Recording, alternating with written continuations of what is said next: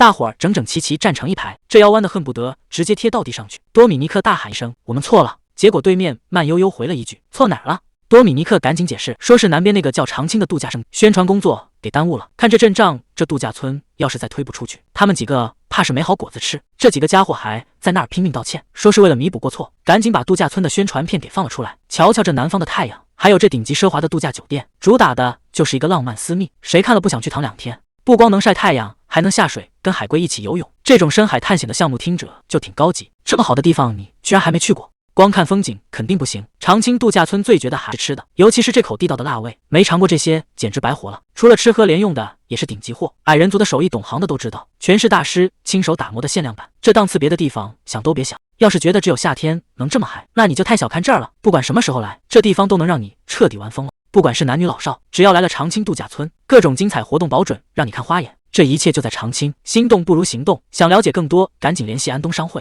多米尼克这会儿已经彻底嗨了，满脑子全是钱。他兴奋地问大家：“怎么样，咱们是不是要发大财了？”结果呢，屋里这几位没一个接话的。看这架势，这宣传片怕是拍的有点用力过猛了。卡隆第一个忍不住抱怨：“多米尼克，我们都要累死在这儿了，为了拍那个镜头，你到底让我们颠了多少次手？”旁边那个矮人铁匠也跟着吐槽：“就是说啊，活儿干了这么多，连顿饭都不给吃，简直太没人性了。”那个蓝头发的女人更是哭天喊地，刚才拍那些镜头，简直把这辈子的脸都丢光了，现在是一点力气都没了。男人也是一脸心累，他无奈地叹了口气：“你知不知道我平时有多忙？居然还让我来陪你折腾这个。”面对这一屋子的怨气，多米尼克倒是一点不慌，反而笑得特别灿烂。他反问大家：“你们该不会真觉得我会让你们饿着肚子干活吧？看好了，这就是传说中的参鸡汤。要说恢复体力，没什么是比这一口更管用的了。”多米尼克这一招确实厉害，刚才还满肚子怨气的卡隆，现在吃的比谁都欢。多米尼克笑着招呼大家：“先吃饱，剩下的活儿一会儿再说。”画面突然一转时间，回到了几年前。那是大半夜的森林里，韩庆明一个人瘫坐在树底下，看这副狼狈的样子，当时的他显然是遇到了大麻烦。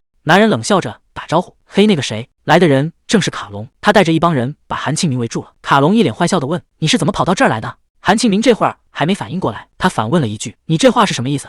韩庆明老老实实的回答：“我是走过来的。”卡隆听完这话笑得更阴险了：“既然是这样的话，那你就别想走了。”卡隆一脸嚣张地问：“你能干什么？”面对这种绝境，他当时根本没得选，只能低声回了一句：“我会。”多米尼克用力放下大锅，大声招呼着：“快来吃饭！”这就是他的生存之道，只要能把人喂饱，就没什么是搞不定的。远处传来了动静，这阵仗不知道的还以为是敌袭，结果一看，全是这帮饿疯了的工人。带头的男人一边跑一边喊：“午饭终于来了！”看这架势，要是多米尼克再晚来一会儿，这帮人怕是要把村长都给生吞了。男人一边跑还不忘抱怨，说自己等的脖子都长了，甚至还想给多米尼克加个班。多米尼克扯开嗓子大喊：“现在立刻给我排好队！”这帮饿狼虽然平时横行霸道，但在饭勺面前一个个乖得像孙子一样，老老实实的排起了场。带头的独眼男人闻着味儿直乐：“嘿嘿，真是香死个人了。”多米尼克一脸得意的回怼：“那当然了，也不看看是谁做的。”独眼男人这下没话说了，只能一边流口水一边点头，确实没法反驳。我叫多米尼克，就像你们看到的，我是这里的午餐负责人，而这个地方就是传说中的长青领地。这地方小得可怜，地图上根本找不着，就是个不起眼的小渔村。这儿住的全是退伍佣兵，虽然长得一个比一个像土匪，但多米尼克心里明白，这帮人才是真正的实。卡隆端着盘子在那儿嚷嚷：“多米尼克，快点啊，我都快饿得没人形了。”多米尼克手里的活没停，当初他还是个战争难民，受尽了白眼和嫌弃。就在他打算彻底放弃的时候，是卡隆伸手拉了他一把，要不是因为卡隆，他现在还不知道在哪儿流浪呢。就是这帮人在最难的时候拉了我一把，日子过得飞快，在长青领地这一带就是1年。为了报答这份恩情，我拿出了全部的本事，成了这里的掌勺大厨。卡隆喝了一口汤，整个人都美滋滋的，他扯着嗓子喊：“多米尼克，这手艺真是绝了，这奶油汤怎么喝都喝不腻。”看着大家吃的这么香，我觉得这活儿干得值了。今天的菜单也是诚意满满，奶油浓汤炒时蔬，还有这滋滋冒油的手工烤肠。对于这帮天天出海的渔民来说，碳水、蛋白质还有脂肪，这些才是最实在的硬通。先把胡萝卜、蘑菇、土豆和洋葱炒到断生出香味，再倒进浓郁的面粉糊和牛奶，小火慢炖，这一锅精华就出来了。最后撒点盐和香草提味。至于胡椒，那玩意儿太贵了，咱们这小地方可消费不起。多米尼克看着锅里的浓汤，虽然这只是一碗普通的奶油汤，但在这种鬼天气里，没什么是比它更能暖身子的了。这帮糙汉子喝的那叫一个美，感觉全身的劲儿都回来了。就在大家伙儿正陶醉的时候，旁边突然冒出来一个声音：“等等，这汤昨天不是刚喝过吗？”多米尼克嘿嘿一笑：“别急，今天的重头戏还没上呢，这可是我特意加了肥肉做的，油脂多才够香嘛。”卡隆迫不及待插起一根，这一口下去，整个人都精神了。多米尼克看着大家吃得开心，心里别提多自豪了。为了这口香肠，他当初可没少折腾，现在的配方拿出去卖，绝对能赚大钱。就在这时候，多米尼克发现有点不对劲，卡隆这老头又在耍滑头，光盯着肉吃，旁边的蔬菜动都不动。多米尼克直接喊开了：“村长，你怎么又把蔬菜剩下了？说了多少次不能挑食？”卡隆这老头脸皮是真厚，一边往嘴里塞肉一边抱怨：“多米尼克，你比我老婆还能唠叨，狮子哪有吃草的？”这话把多米尼克气得够呛，还狮子呢？多大岁数了，还玩挑食这一套？看多米尼克真急了，卡隆在那儿嘿嘿直乐，根本没把这当回事。多米尼克无奈地叹了口气，这爱管人的毛病，居然从上辈子带到了现在。没错，在转生到这里之前，他可是正儿八经的专业人士，韩国顶尖营养师韩庆明。想当年，韩庆明在30多岁的时候，也就是个在学校和公司到处跑的普通职员，谁能想到这竟然成了他的前世？虽然脑子里突然多了这些记忆，但现实可没那么容易改变。现在的多米尼克依然只是个在战乱中死里逃生的难民。就在他琢磨以后该怎么混的时候，卡隆突然凑了过来，问他这周末有没有空。多米尼克还纳闷呢，这老头葫芦里卖的什么药？结果卡隆轻飘飘地扔下一句话：“从下周开始，你就是咱们这儿的新村长了。”这下多米尼克彻底懵了，这村长是能随便当的吗？多米尼克这下是真急了，这可是当村长啊，怎么在卡隆嘴里就跟去菜市场买菜一样简单？多米尼克忍不住大喊：“这么大的事你怎么能说得这么轻巧？”卡隆倒是一脸无所谓，当个村长能有多难？不就是每个月去领主城堡开一次例会吗？就在这时候，旁边路过的男人忍不住笑出了声，直接把卡隆的老底给揭了。原来领主那边最近出了新规定，嫌这帮村长不识字，开会沟通起来太费劲，非要让他们去学习认字。卡隆这性格，让他去拿笔杆子，那简直比杀了他还难受。所以这老头才急着找个接班人，好让自己赶紧脱身。被拆穿了老底，卡隆不仅不害臊，反而还挺得意。嘿嘿，你们还真是了解我。多米尼克简直无语了，这有什么好自豪的？因为不想认字就把村长的位子甩给我，你就不能自己学吗？看卡隆这副心虚的样子，多米尼克也看透了，这老头是铁了心要当甩手掌柜。既然话都说到这份上了，多米尼克只能妥协，合着我只要去那儿坐着就行。卡隆一听有戏，赶紧拍胸脯保证：“没错，只要人到了就行，反正大事都有上面的人管，而且路费村里全报销，你只管放心去。”多米尼克无奈地答应了：“行吧，那我从下个月的例会开始。”结果卡隆直接回了2个字：“不行，后天你就要出发。”转眼2天过去，多米尼克已经站在了领主城堡里，这地方可比小村子气派多了。会议室里坐满了各地的代表。老领主的寿辰快到了，每个村子都得准备贺礼，而且绝对不能重样。这帮老头聚在一起，果然没个正经样。有人提议说，去年送中了太尴尬，这次咱们得好好排排。结果另一个老头更离谱，直接喊着要斗鸡定胜负，甚至还想在会场抽烟。这哪是开会呀，简直就是菜市场。紧接着场面彻底失控了，送羊的、送牛的、送猪的喊声一个比一个响。多米尼克在旁边听得直摇头，这会开的也太没营养了，合着这位老领主是个顿顿离不开肉的主。不过多米尼克突然想起个传闻，这位老领主以前可是个骑士，而且最近深居简出的，好像是在憋什么大招。听说他已经摸到了剑术大师的门槛，这要是真让他练成了，那这贺礼的分量可就完全不同了。就在大家吵得不可开交的时候，门突然开了，女仆进来说：“各位村长先去吃饭吧，吃完咱们再接着聊。”多米尼克这下可来精神了，总算能尝尝领主城堡里的伙食了。怪不得卡隆那老头交班的时候最舍不得的就是这顿饭，也不知道贵族平时都吃点啥高级调料，要是味道真不错，他甚至打算偷偷去要个配方。结果等他跟着大伙走到餐厅一看，眼前的景象让他整个人直接看傻了。这领主家的伙食确实没得说，这面包一入口，档次立马就拉开了，绝对是顶级面粉出的货。海鲜汤虽然稍微咸了点，但这鲜味儿简直是把大海搬到了桌上。不过最让多米尼克惊喜的还是这道压轴菜，居然是滋滋冒油的烤肥肠，这味道谁受得了啊？多米尼克看着盘子里的肥肠，这处理手艺确实没话说，稍微弄不干净就会有股怪味。看来这厨子是个行家。厨师听了哈哈大笑，说这肉都是他亲手收拾的。没想到这年轻村长还挺识货。多米尼克赶紧捧场，说自己真是遇到高人了，顺便打听了一下，这位老领主是不是特别爱吃肉。厨师一边翻着锅里的肥肠，一边感叹：老领主那是来者不拒，牛羊猪肉样样都行，所以他这手艺才练得这么溜。说着又给多米尼克加了几块，让他尝尝不同火候的味道。有这好事，多米尼克当然不会客气。不过厨师话锋一转，突然问起正事来了：大伙儿都在给老领主准备寿礼，你们村子定好送什么了吗？多米尼克嘴里塞得满满当当，说起这事儿就发愁，别的村子早就把各种好肉都占全了，他现在是真不知道该送啥。厨师听完琢磨了一下，凑过来给他出了个主意，既然肉送不成了，那就干脆送1桶酒过去。多米尼克愣了一下，酒他有点拿不准，说自己村里虽然也酿啤酒，但那档次实在上不了台面。厨师哈哈大笑，说真正懂行的人根本不在乎牌子，老领主可是个老酒鬼了，光是私人收藏的橡木桶就有几十个。多米尼克这下心里有数了，看来这老领主是个海量啊，他赶紧给厨师行了个礼，这份人情以后肯定得找机会还上。厨师看他吃的这么香，顺手又给他加了一盘。多米尼克那是来者不拒，一边嚼一边琢磨，寿礼的事儿总算是有着落了。不过他嘴快补了一句，说老领主天天这么大鱼大肉，迟早得被痛风找上门。厨师听得一头雾水，问这痛风到底是个什么玩意儿。多米尼克这职业病一下子就犯了，开始科普起来，说这病发作的时候，连风吹一下都疼得要命，尤其是脚趾头最遭罪。他还越说越起劲，什么尿酸堆积，什么高嘌呤食物，听得厨师脸都黑了。多米尼克这才反应过来，赶紧给人道歉。厨师摆摆手，让他别在这儿卖药了，赶紧吃完拉倒。多米尼克赶紧打住，他心里也挺无奈，上辈子学的那些营养学知识，在这个世界完全派不上用场，说多了反而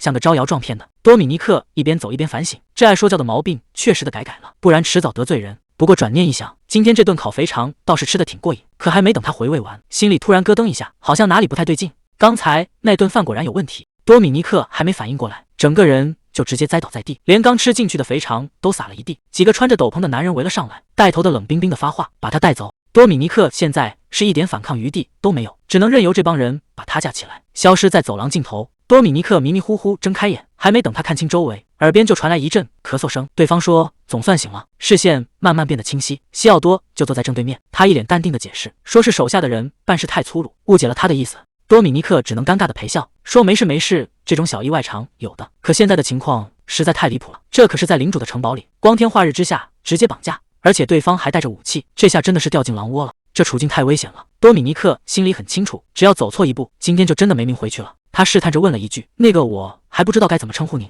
西奥多冷冷地回了一句，小声点，吵得我骨头都疼。这下没人敢再吭声了。西奥多话锋一转，说光顾着把客人请过来，倒把自我介绍这是给忘了。他说自己叫西奥多，新克莱，也就是这片领地的前任领主。多米尼克这下彻底坐不住了，原来坐在对面的就是传说中的老领主。西奥多看他嗓门这么大，赶紧让他小点声，还顺嘴嘟囔了一句疼。多米尼克突然反应过来，刚才西奥多说骨头疼，难道是因为那个？他大着胆子问了一句，您该不会是得了痛风吧？西奥多承认了，说确实是叫这个名，但他紧接着压低声音问，小子，你对这个诅咒了解多少？在他看来，这根本不是什么普通的病，而是有人故意在他身上下了咒。多米尼克听完直接愣住了，痛风竟然被当成了诅咒，这老头到底在想什么鬼东西？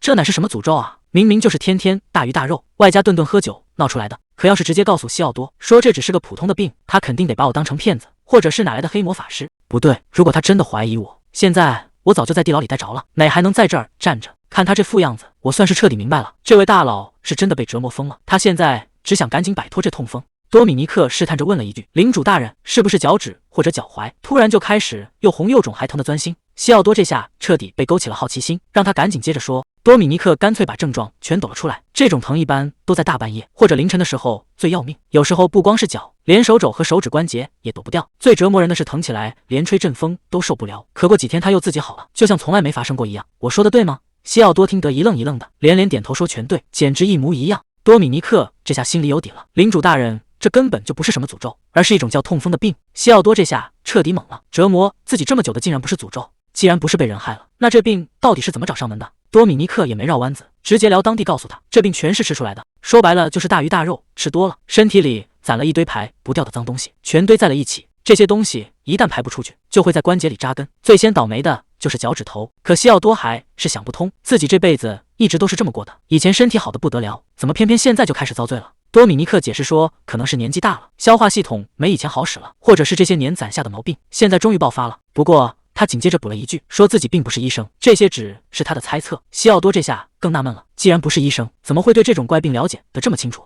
多米尼克心里清楚，现在就是最关键的时候，必须得把场子镇住。他赶紧搬出那位不存在的师傅，说以前跟着师傅游历时，师傅总说只要食材用对了，食物本身就是最好的药，这就是所谓的药食同源，世间万物都离不开5种能量。这套理论一出来，直接把西奥多听得一愣一愣的，看来这回是真的唬住了。多米尼克接着忽悠，说只要顺着这些能量吃东西，就能跟大自然合二为一，这辈子都跟疾病无缘了。西奥多在那儿琢磨开了，5种能量，难道是说构成魔力的那些元素？他越听越觉得这师傅不简单，赶紧打听人家叫什么。多米尼克这下卡壳了，脑子飞快转了一圈，憋出一个名字，许俊。话音刚落，他直接开启影帝模式，一边抹眼泪一边干嚎，说自己实在是太想念师傅了。西奥多哪见过这阵仗，看他哭得这么真切，心想这名字虽然没听过，但绝对是个影视的高人。西奥多这脑补能力也是没谁了，居然觉得那位不存在的师傅可能有古代精灵的血统。多米尼克心里暗爽，这波忽悠简直太顺滑了。西奥多想了半天，既然多米尼克不是医生，那治病的事就不提了。但他紧接着话锋一转，直接给多米尼克派了个新活，以后他的饭菜全由多米尼克负责。西奥多这是要亲自试探，看看这小子到底是真有传承，还是在这儿耍嘴皮子呢？多米尼克这下彻底懵了，本来只想编个故事脱身，结果把自己忽悠成了私人厨师。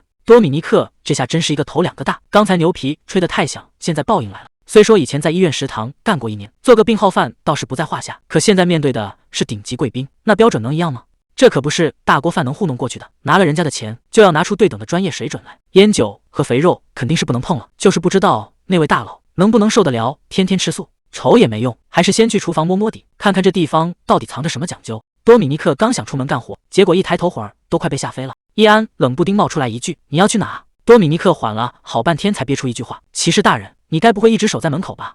伊安倒是淡定的很，说这是老领主的命令，得24小时贴身跟着，这哪是随事啊？这不明摆着是派个人全天候监视他吗？既然甩不掉多米尼克，只能公事公办，说要了解老领主的情况，才好制定接下来的食谱。多米尼克刚想进入角色，提出要见见主治医生和主厨，顺便再找佣人们聊聊，结果伊安连想都没想，直接把路给堵死了，说这绝对不行。这下多米尼克彻底没词了，伊安这态度硬得像块石头，说这些全是老领主的隐私，你一个外人没资格打听这些机密，这人简直跟堵墙一样。多米尼克还想再争取一下，说既然让我负责伙食，总得让我去现场看看吧。伊安却觉得他太当回事了，说老领主也就随口一吩咐，你只要列个健康食谱，直接丢给厨房就行了。得，既然人家不让插手，多米尼克也懒得自讨，没去，只能先按规矩办了。行吧，既然你这么不配合，那以后要是出了事，全算在你头上。伊安直犯嘀咕，光靠吃饭就能治病，这事儿听着确实有点悬。多米尼克脾气也上来了，直接叫住了伊安：“骑士大人，如果我真能只靠食物就让老领主的身体好转，你是不是就能对我改观了？”伊安这下被问住了，显然没料到他会这么认真。多米尼克这番话说的那是相当有底气，对普通人来说饭就是饭，但对某些人来说，这可是救命的本事。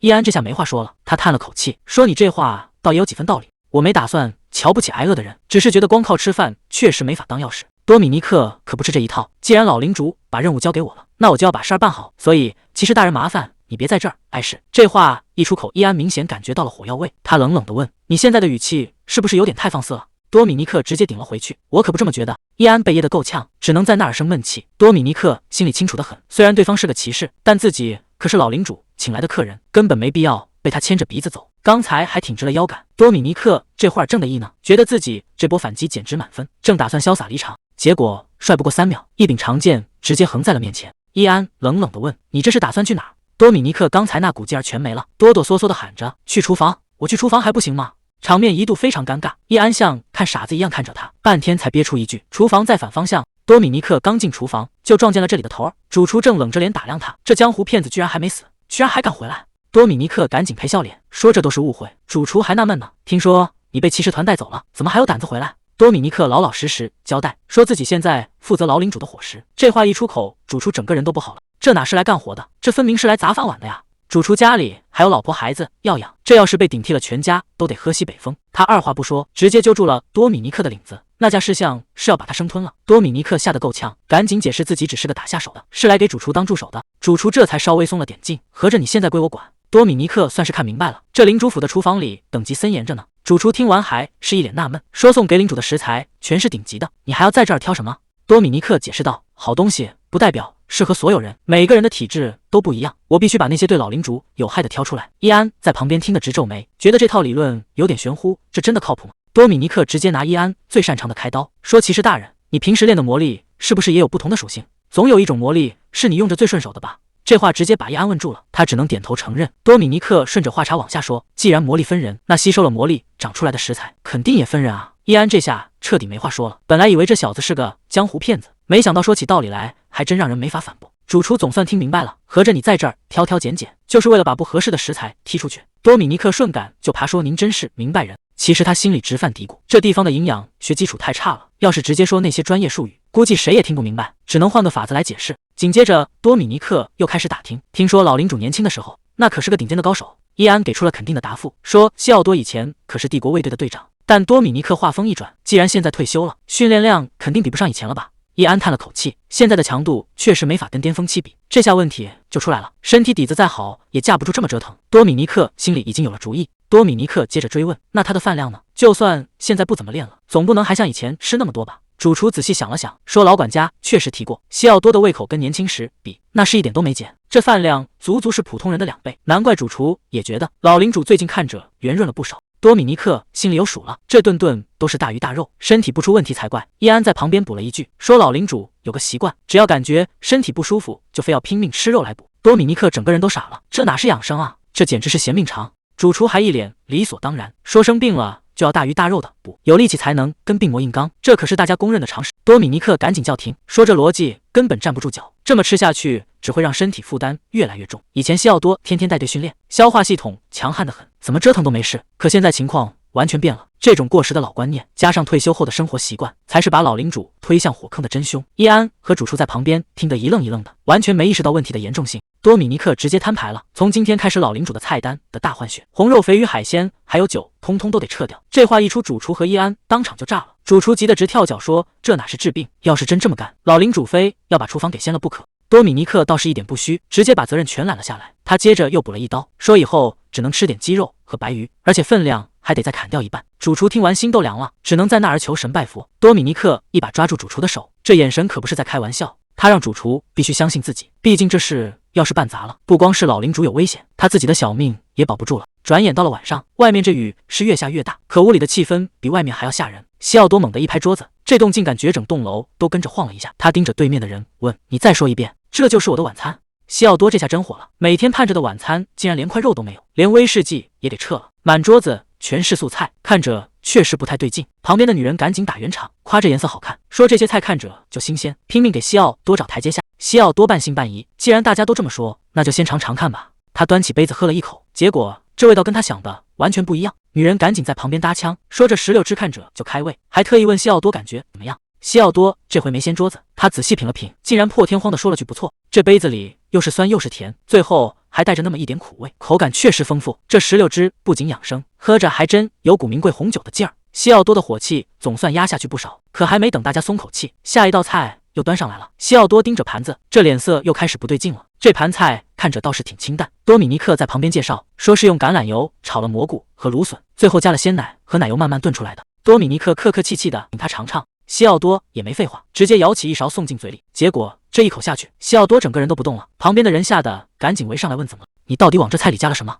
厨师被西奥多这一嗓子吓得魂儿都快飞了。多米尼克倒是一脸淡定，西奥多突然大喊一声够了，结果他话锋一转，说这汤里竟然有股坚果的香味，喝起来还特别顺滑。这一盘子全是讲究，蘑菇养胃，芦笋和西兰花全是维生素，主打的就是一个健康。西奥多这回是真开了眼，他怎么也没想到这几样素菜凑在一起，竟然能吃出这么高级的味道。他盯着多米尼克破天荒地夸了一句：“你小子确实有点东西。”旁边的人这会儿压力山大，毕竟要是这位爷不满意，自己的脑袋可就不保了。多米尼克总算松了口气，前面的关卡算是闯过去了，接下来才是真正的重头戏。主菜终于要上桌了，全场人的目光都死死盯着那个银色餐盖。西奥多亲自动手，想看看这盘子里到底藏着什么惊喜。盖子唰的一下掀开，这道主菜总算露面了，高蛋白低脂肪的鳕鱼排，看着就相当扎实。这可不光是好吃，还能缓解疲劳，增强免疫力，对骨头和肝脏都大有好处，简直就是为了西奥多的身体量身定做的。西奥多盯着盘子，原来是鱼排啊！他拿起刀叉试了试，这外皮难道是炸过的？听这动静，脆的简直不像话。他直接插起一大块送进嘴里，这一口下去，西奥多半天没说出话来，这味道完全超出了他的想象。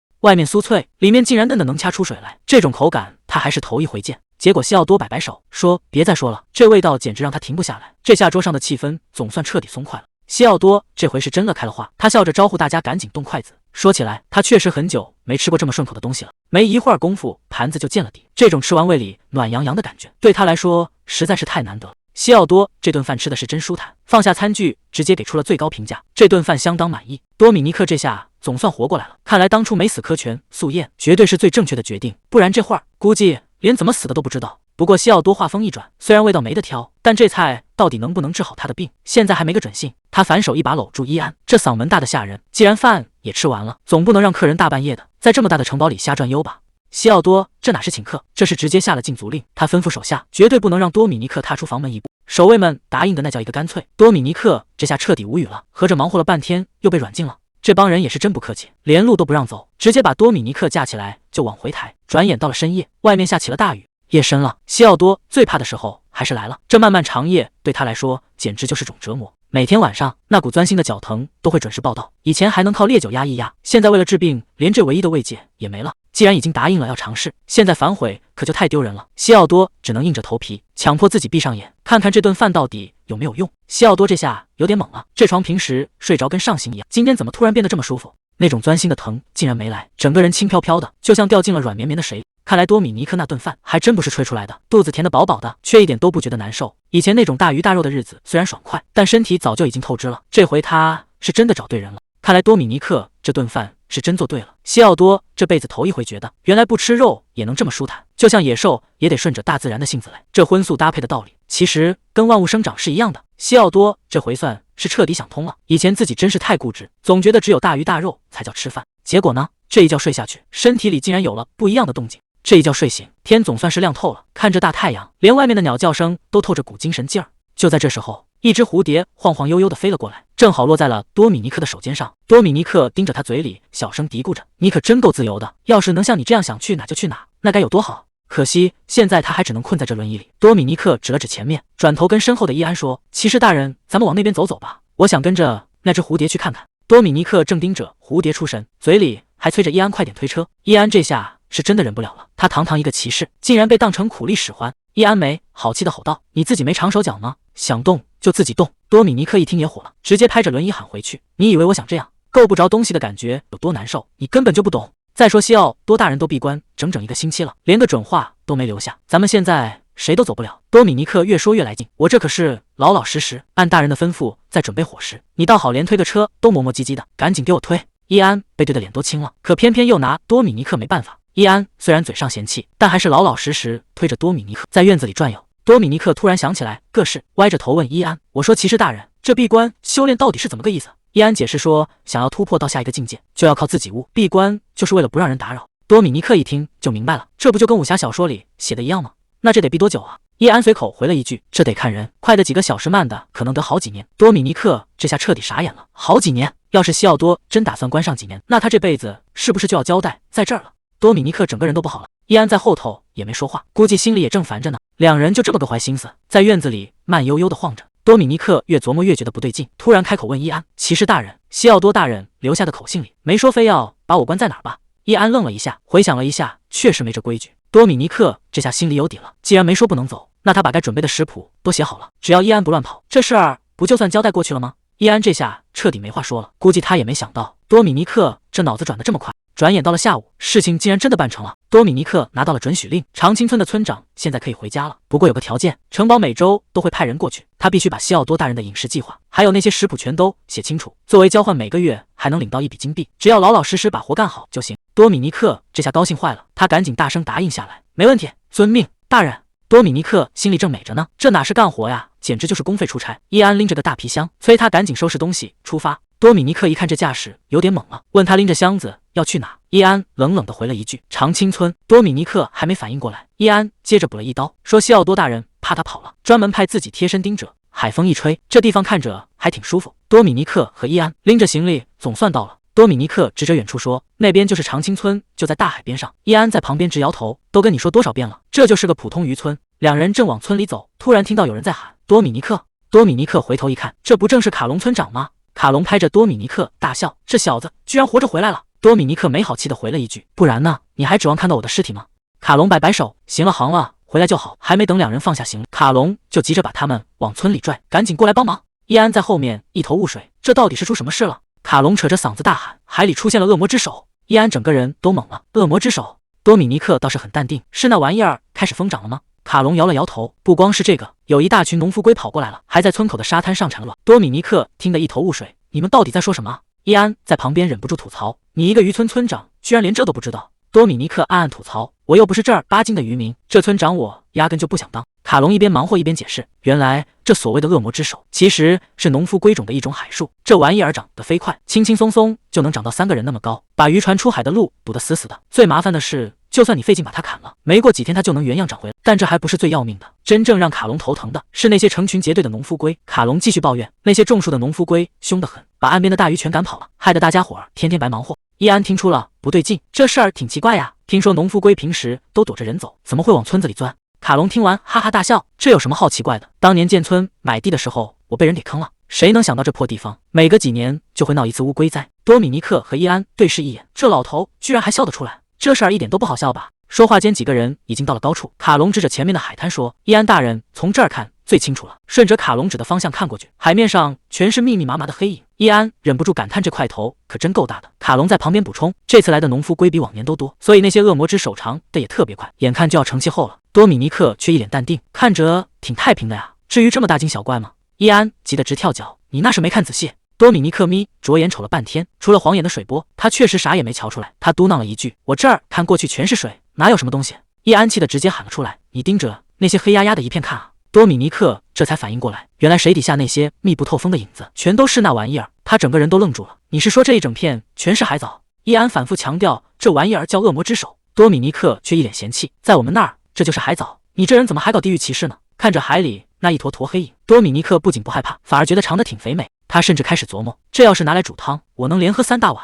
这话一出，伊安和卡隆直接石化了。伊安简直不敢相信自己的耳朵，你居然想吃恶魔之手？多米尼克反问的理直气壮，长这么肥为啥不能吃？伊安憋了半天，就因为它是恶魔之手啊。结果旁边的卡隆也动摇了，对啊，咱们怎么就没想过能吃呢？卡隆这老头变脸比翻书还快，刚才还怕得要死，现在居然凑过来问伊安，要不咱们真弄点来尝尝？多米尼克更绝，直接就开始张罗上了。他跟卡隆说，村长，你待会儿可得好好品品，这玩意儿绝对是极品。卡隆听得那叫一个起劲，直夸好久没吃多米尼克做的饭了。只有伊安一个人在后面怀疑人生，这俩人脑子是不是坏掉了？那可是恶魔之手啊！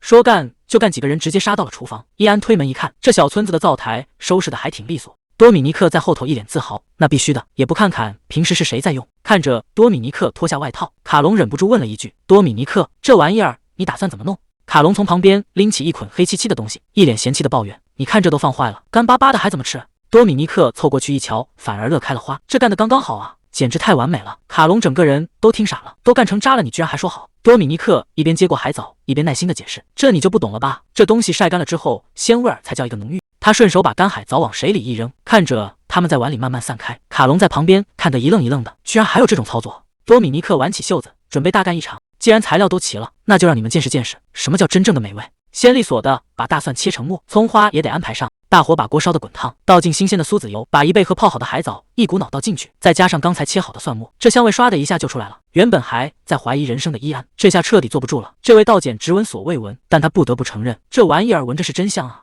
他忍不住凑近了看，多米尼克回头这一眼，直接把伊安给看毛了。多米尼克看着锅里的成色，心里那叫一个美，费了老大劲才复刻出的调料，总算没白忙活。他翻了翻米缸，虽然剩下的米不多了，但他还是决定大放一回，直接全给安排上。多米尼克早就发现伊安在那儿装的挺淡定，其实眼神一直往锅里瞟，根本就挪不开。既然打架打不过骑士，多米尼克就打算在厨艺上给伊安露一手，让他见识见识什么叫专业。他把洗过米的水端起来，顺手就往锅里倒，这下可把伊安吓坏了，直接蹦起来大喊，你到底在干什么？伊安指着锅，整个人都要炸了，你怎么把洗东西的脏水全倒进锅里了？多米尼克一脸淡定，这哪是脏水啊，这可是这锅汤的灵魂。面对伊安的质疑，多米尼克直接开启了科普模式，这洗米水可是做汤的宝贝，前2遍脏水早就倒了，剩下的全是精华，什么淀粉维生素，能让这锅汤的味道直接升华，不仅能去腥还能提鲜。不懂就别在这儿瞎指挥。伊安被这一串专业术语砸得晕头转向，虽然听不明白，但总觉得很有道理。多米尼克还没打算放过他，直接甩出一句狠话，你这辈子活得也太没见识了。趁着煮汤的功夫，他打算跟这位骑士交心。他承认伊安是个好人，不摆架子，对谁都挺客气，连卡隆这种粗人都能得到他的尊重，甚至连城堡里的厨师伊安也会给几分面子。可是话又说回来，这人要是太死板了，可不是什么好事。忙活了半天，这顿饭总算是齐活了，泡菜、青菜、煎蛋，再加上那一碗白花花的米饭。多米尼克把最后2碗热汤端上桌，顺便还给伊安上了一课，既然来了，就试着去观察和接受，毕竟这世界上多的是你没见过的文化差异。伊安看着这一桌子稀奇古怪的菜，这跟他平时吃的那些完全不是一个路数。就在这时候，卡隆端着一盘刚煎好的鱼，乐呵呵的推门进来，这下最后一道硬菜也齐了。多米尼克赶紧招呼大家坐下，伊安盯着眼前的饭菜还是有点犹豫，这真的能吃吗？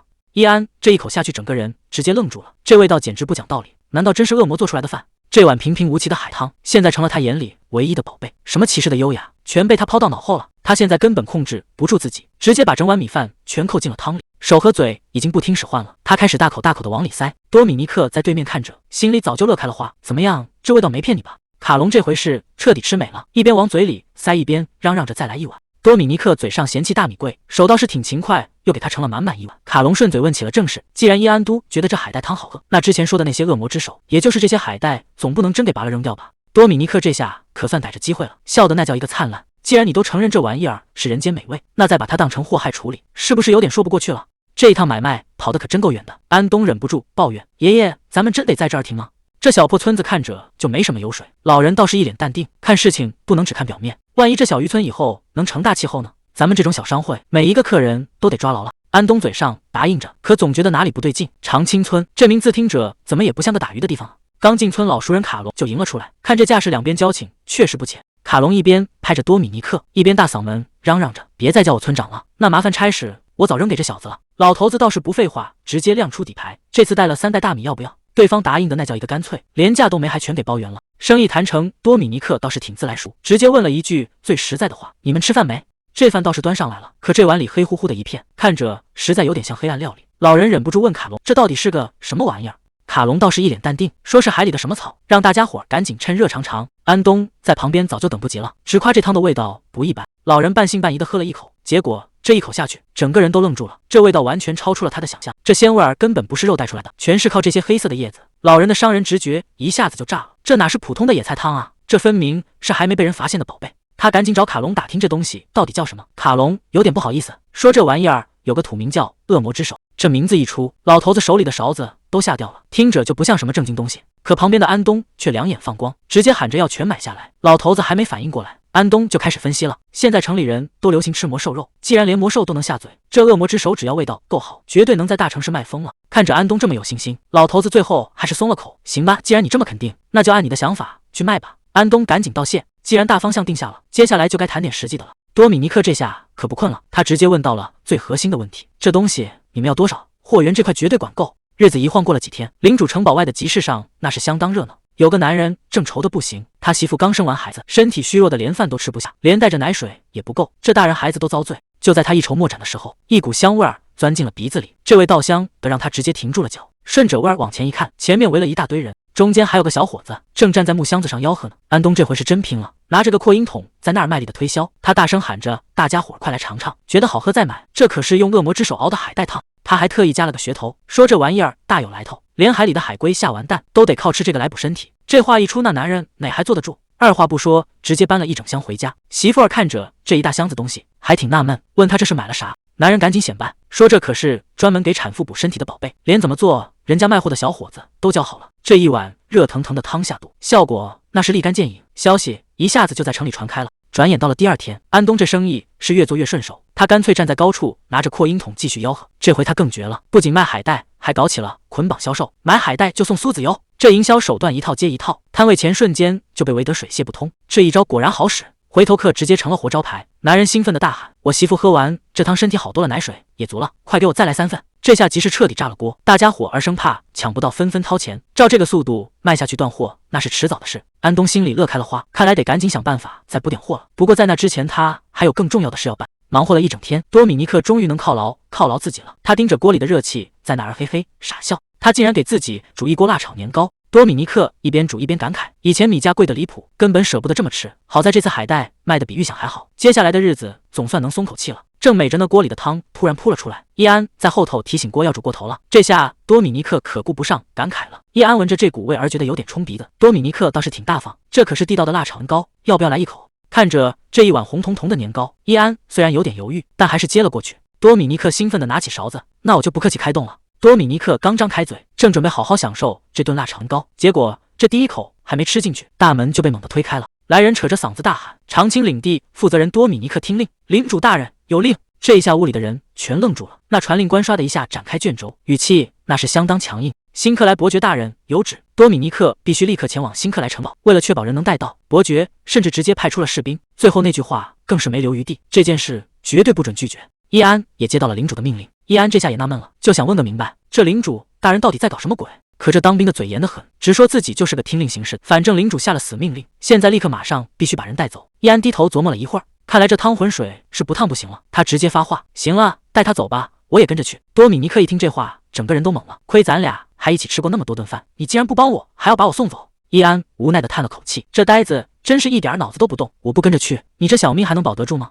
易安看多米尼克还没转过弯来，赶紧解释：“要是领主真想找麻烦，当场就把你办了。现在这么急着叫你，肯定是出大事了，赶紧收拾收拾。”多米尼克这会儿心里还惦记着那口吃的，行，那好歹让我把这口年糕塞嘴里啊！易安可不惯着他，回来想吃多少没有，赶紧走。多米尼克看着易安那干干净净的盘子，心里那叫一个委屈。你倒是吃饱喝足了，当然站着说话不腰疼。没过多久，两人就赶到了新克莱城。随着守卫一声令下，多米尼克和伊安并排走进了大殿。两人刚踏进大殿，这气氛就压抑得让人喘不过气。多米尼克心里直打鼓，伊安倒是还算镇定。坐在王座上的那位，正是这片领地的老大帕特里克。这派头一看就不好惹，压迫感直接拉满。两人赶紧行大礼。多米尼克吓得话都说不利索了。帕特里克冷冷地回了一句：“让他们抬头说话。”多米尼克这会儿还在心里求爷爷告奶奶，千万别是因为那碗年糕惹了祸，要是为了口吃的丢了命，那可太冤了。结果真是怕什么来什么，帕特里克直接拿出一份东西，听说这玩意儿是你供货的。帕特里克手里攥着一把黑漆漆的东西，直接问多米尼克：“听说那些农夫龟见了这恶魔之手就发疯，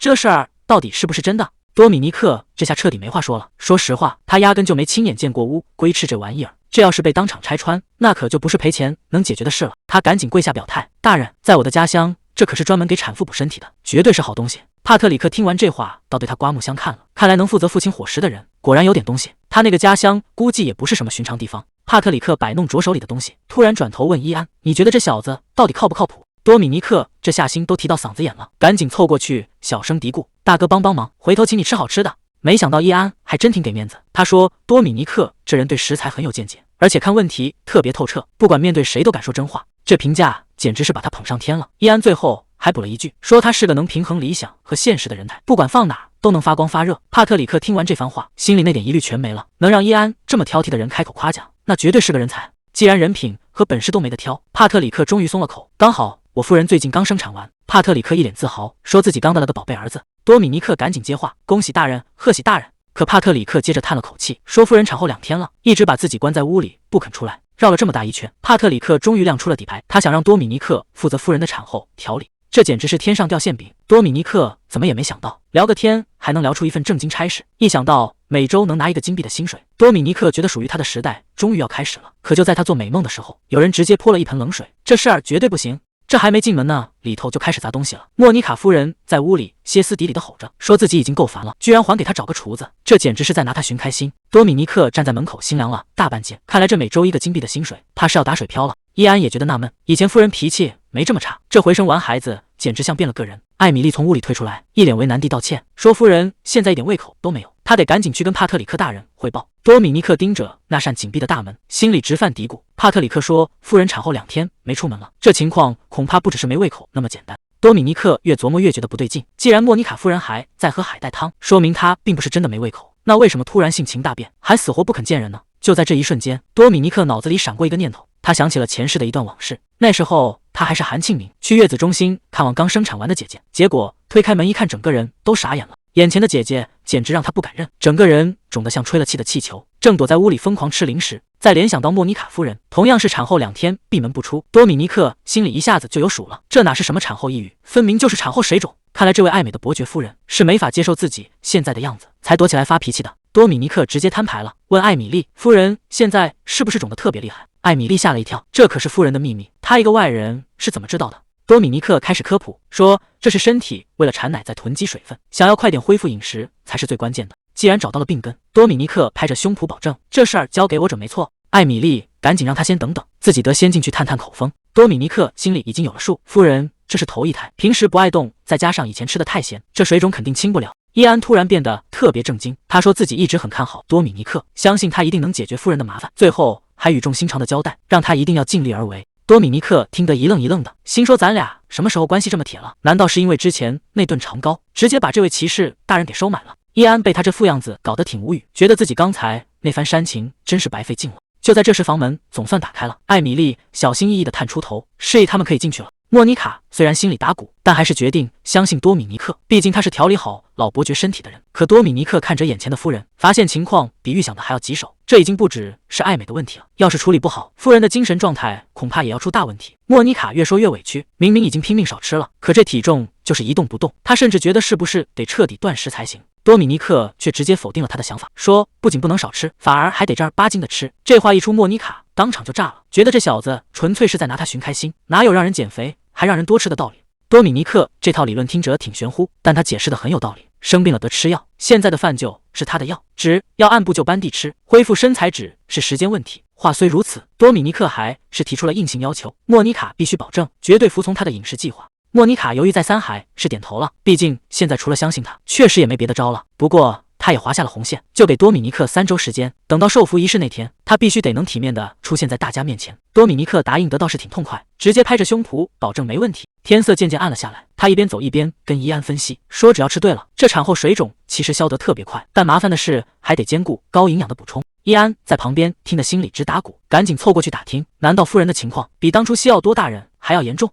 多米尼克摆了摆手，说那倒不至于，西奥多那是典型的痛风，病根儿在哪一眼就能看出来，方案自然也好定。可现在最让他头疼的是，莫妮卡不仅要消肿，还得在3周内恢复身材，这难度可就完全不是一回事了。多米尼克还在那儿发愁，既要让莫妮卡瘦下来，还得保证她有足够的体力哺乳，这简直是既要又要，确实难办得很。旁边的伊安听不下去了，随口问了一句，就不能一件一件来吗？多米尼克一下子没反应过来，显然是没往这方面想。伊安接着解释，他平时训练就是这样，先把眼前的任务完成，再去想下一步该干什么。难道这事儿就不能这么办？这话简直是一语点醒梦中人。多米尼克这才意识到自己确实是钻了牛角尖，把简单的问题给想复杂了。既然如此，那就先别管什么终极身材了，当务之急是先把水肿给消了。减肥的大方向总算定下来了，谁能想到关键时刻还得靠伊安这种直肠子才能帮他把思路理顺。既然方案定好了，多米尼克立马就开始行动了。第二天一早，艾米丽就把准备好的早餐端到了莫妮卡面前，看着这一桌子奇奇怪怪的饭菜，莫妮卡整个人都愣住了。这跟她平时吃的贵族早餐完全不是一个画风，又是黑豆饭，又是海带汤，甚至还有烤鱼和各种凉拌菜。多米尼克这是把食谱彻底大改了。还没等他反应过来，艾米丽又端上来一杯黄澄澄的液体，说是多米尼克反复强调，每顿饭后都必须喝完。这南瓜水可是消肿的关键，不仅3餐后要喝，连睡觉前都得来上一杯。莫妮卡虽然心里犯嘀咕，但为了能变回原来的样子，她也只能硬着头皮尝试了。反正只要能瘦下来，这顿怪餐她吃也就吃。莫妮卡这顿饭吃的是真没滋味，她忍不住问艾米丽，是不是自己舌头出了问题？怎么这菜一点咸淡都没有？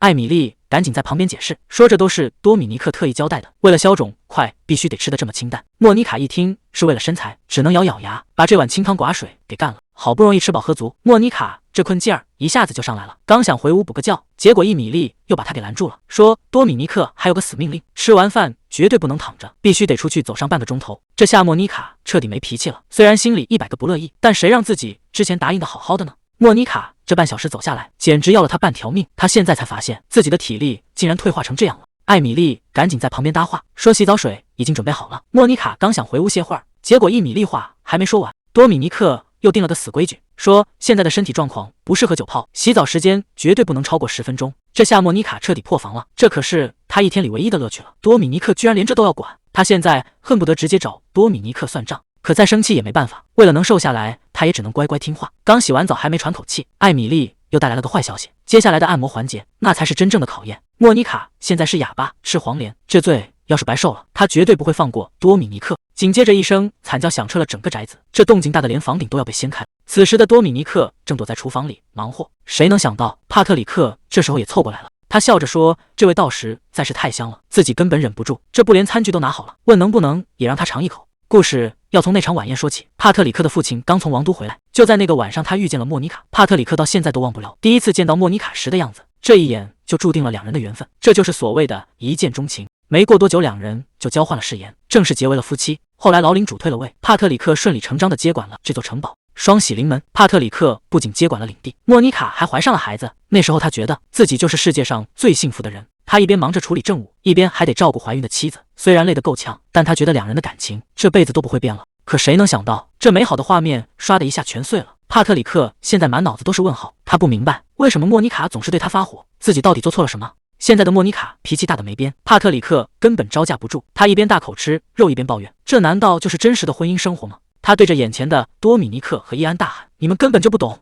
多米尼克赶紧出来打圆场，说莫妮卡是因为祈福仪式压力太大，毕竟他以前见莫妮卡的时候，他确实挺容易激动的。不过话锋一转，多米尼克还有个最关键的问题要问。他看着正闷头喝酒的帕特里克，问了一句，领主大人，你现在还是爱他的对吧？这话一出来，帕特里克直接愣住了，连旁边的伊安都听不下去了，这算哪门子安慰啊？日子一天天过去，祈福仪式的日子终于到了。伊安带着多米尼克挤在人群里，多米尼克看着这场面都傻眼了，这人也太多了吧？毕竟是领主家添了小少爷，各路贵族全都赶了过来，把大教堂门口围得水泄不通。大家伙儿凑在一起，其实都在好奇同一件事：莫妮卡现在到底变成什么样了？几个贵族妇女凑在后头嚼舌根，一个女人小声嘀咕：“这才刚生完孩子4个星期。”另一个女人冷笑一声：“还能变成什么样？肯定没法看了呗。”这些贵族妇女聚在一起嘴碎得不行，他们就等着看莫妮卡的笑话，想看看这个曾经风光无限的伯爵夫人现在落魄成什么样了。多米尼克听着这些闲话，无奈地摇了摇头，在祈福仪式上聊这些八卦真的合适吗？伊安倒是没心思管别人，他更担心多米尼克，毕竟距离上次见面才过了3周，莫妮卡真的能有变化吗？多米尼克倒是挺淡定，他觉得只要莫妮卡按照他制定的计划去做，那就绝对没问题。伊安听完这话都无语了，你这甩手掌柜当的也太顺手了，万一没效果，难道全怪在莫妮卡头上？多米尼克笑了笑，他比谁都清楚莫妮卡的决心，饮食和生活习惯全都改了，这效果肯定差不了。就在这时，人群里突然安静了下来，因为今天的主角终于要露面了。伊安还是觉得这事儿悬，所谓的信任真的能让莫妮卡脱胎换骨吗？就在这时，教堂的钟声唰的一下，这声音一出，全场立马安静了下来。主教在台上开始致辞，说了一堆生命难得的漂亮话，让大家伙儿诚心祈祷。多米尼克和伊安就在下面静静的看着。主教张开双臂，高声宣布，请伯爵夫妇入场。伴随着圣歌的旋律，所有人的目光都死死盯着门口，就想看看莫妮卡到底变成了什么样。伊安在台下看着，心里其实也没底。既然多米尼克这么肯定，那就只能相信夫人的意志力了。结果这一露面，全场直接炸开了锅。这哪里还是那个臃肿的产妇？莫妮卡挽着帕特里克，抱着孩子优雅的走出来，整个人简直脱胎换骨了。台下这帮人全看傻了，都在那儿交头接耳，说莫妮卡这身材哪像是刚生完孩子的样。之前那些传闻说她胖得没法见人，现在全被打脸了，甚至有人开始怀疑她是不是偷偷用了魔法。帕特里克和莫妮卡这会儿正风光着呢，两口子笑得那叫一个灿烂。可伊安却越看越觉得不对劲，他心里最清楚，多米尼克根本没那个魔法天赋，体质差得一塌糊涂。可如果不是靠魔法，多米尼克又是怎么做到的？伊安盯着那个背影，总觉得这个男人说的话分量重得让人心慌。看着多米尼克那副自信的样子，伊安怎么也想不通，这家伙到底哪来的底气？伊安还在那儿琢磨呢，多米尼克突然开口了，说等这场聚会一结束，他就要直接动身去长青岭。这下伊安可坐不住了，当初为了每周1个金币的薪水，多米尼克可是高兴的都要跳起来了，现在居然舍得放下夫人的减肥管理工作。多米尼克倒是想得开，他说以后可以像照顾老领主那样，通过写信来远程指导，虽然工资会少拿一点，但这也是没办法的事。结果一看他那副表情，好家伙，这哪是赊的钱啊，分明是已经算好了怎么赚更多。多米尼克这算盘珠子都快崩到别人脸上了，对他来说，现在满屋子飘的都是钱味儿。夜深了，宴会厅里还是热闹的不行，大家都在聊莫妮卡变美的事。莫妮卡这会儿正忙着应酬，毕竟现在的她走哪都是焦点。不过总有人见不得别人好，这女人把女仆叫到跟前，急着问查出什么没有。女仆赶紧汇报说，确实有个专业人士在背后盯着夫人的每一顿饭，一听是管饭的，这女人还以为是个厨子。女仆赶紧解释说，那人可不是普通厨师，而是专门定制食谱的高手。女人这下更急了，非要打听清楚这人是谁，到底住在哪儿。女仆如实回答说，那人是伯爵领地里一个小村庄的村长。一听对方是个村长，女人心里就开始犯嘀咕，这种身份的人恐怕没那么容易挖过来，要是强行抢人，万一惹恼了新克莱家族，那可就麻烦大了。他可不想再因为这种事把自己推到风口浪尖上，成为别人议论的对象。可看着莫妮卡那完美的身材，他实在是眼红的不行，根本舍不得就这么放弃。既然莫妮卡能靠他变漂亮，那自己的身材肯定也能有救。画面一转，天已经亮了，多米尼克正纳闷呢，这一大早的谁会跑来敲门？门一开，原来是卡隆找上门来了。卡隆看他这副样子，调侃说，见着我就这么不高兴吗？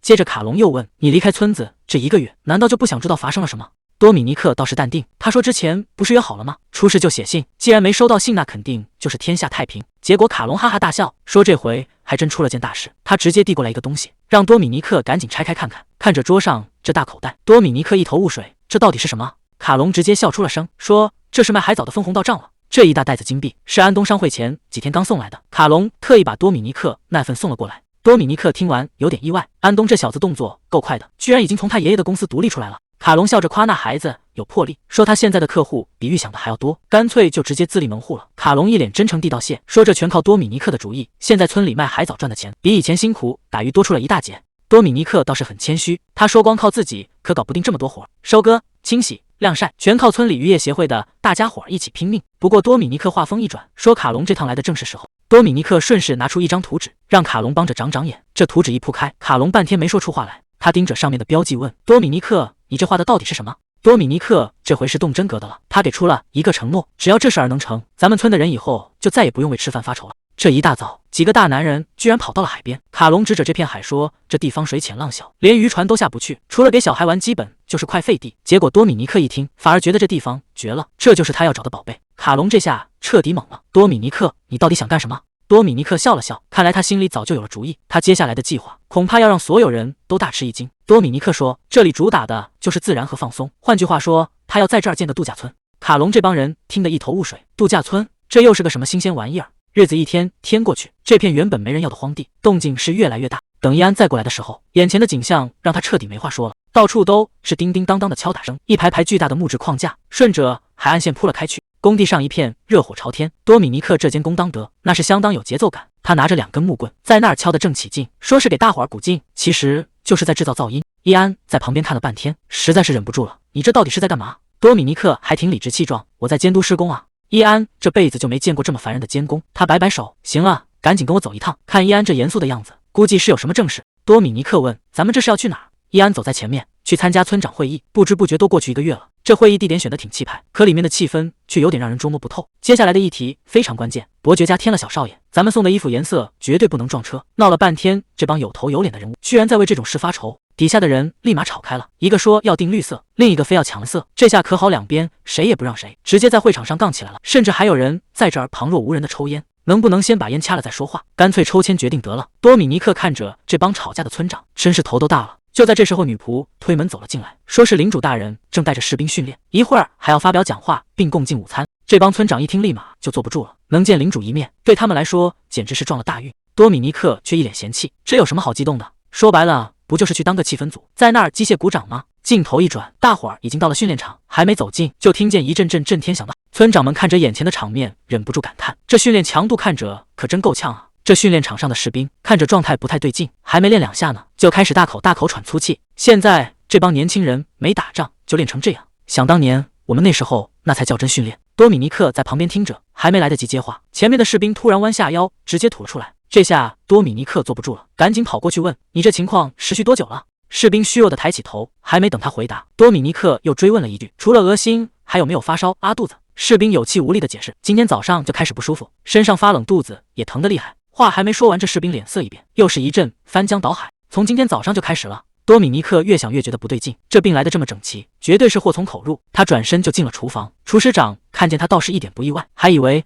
他是来帮忙干活的。多米尼克现在可没空闲聊，直接提出要四处转转。厨师长虽然纳闷，但还是大方的让他随便看。没一会儿，多米尼克就在角落里停下了，找到了，满满1筐生蚝就堆在那儿。多米尼克盯着这筐货，语气严肃地问：厨师长，这些生蚝是昨天刚到的吗？厨师长拍着胸脯保证，这批货确实是昨天刚到的，而且一直用冰镇着，绝对新鲜的很多。米尼克可没被他唬住，紧接着追问了一句：这东西有人吃过吗？厨师长一拍脑门，说刚才确实给个小伙子尝了鲜，那孩子平时就爱吃海鲜，每次货一到就跑来帮忙，就为了能蹭上这一口。厨师长还觉得自己挺大方，特意给人家做了份生腌，觉得这才是最地道的吃法。但在多米尼克眼里，这简直就是在胡闹。虽然海边的人习惯这么吃，但这种病往往就是因为这口生的。厨师长还在那儿嘴硬，非说自己检查过绝对没问题。多米尼克没再跟他废话，直接拿起了刀。这生蚝到底有没有猫腻？撬开看看就知道了。多米尼克只看了一眼，就给这筐生蚝判了死刑。这东西已经变质了，这就是导致士兵生病的贝类热。厨师长听完先是一愣，接着就哈哈大笑起来。他觉得多米尼克是懂点皮毛就来装，谁不知道这病只有冬天才会闹，现在可是大夏天。见多米尼克还没打算收手，厨师长的脸色唰的一下就变了，语气里全是威胁，说看在交情的份上才没赶人，但要是有人敢在他的地盘捣乱，那这事儿可就没法删了。多米尼克根本没被这阵仗吓住，他直接把话挑明了，病毒可不会因为换个季节就消失，只是因为夏天大家怕生蚝放坏，平时根本不敢生吃，所以才让人产生了这种错觉。多米尼克撬开壳，把证据直接摆在了桌面上，这下厨师长怕是没法再抵赖了。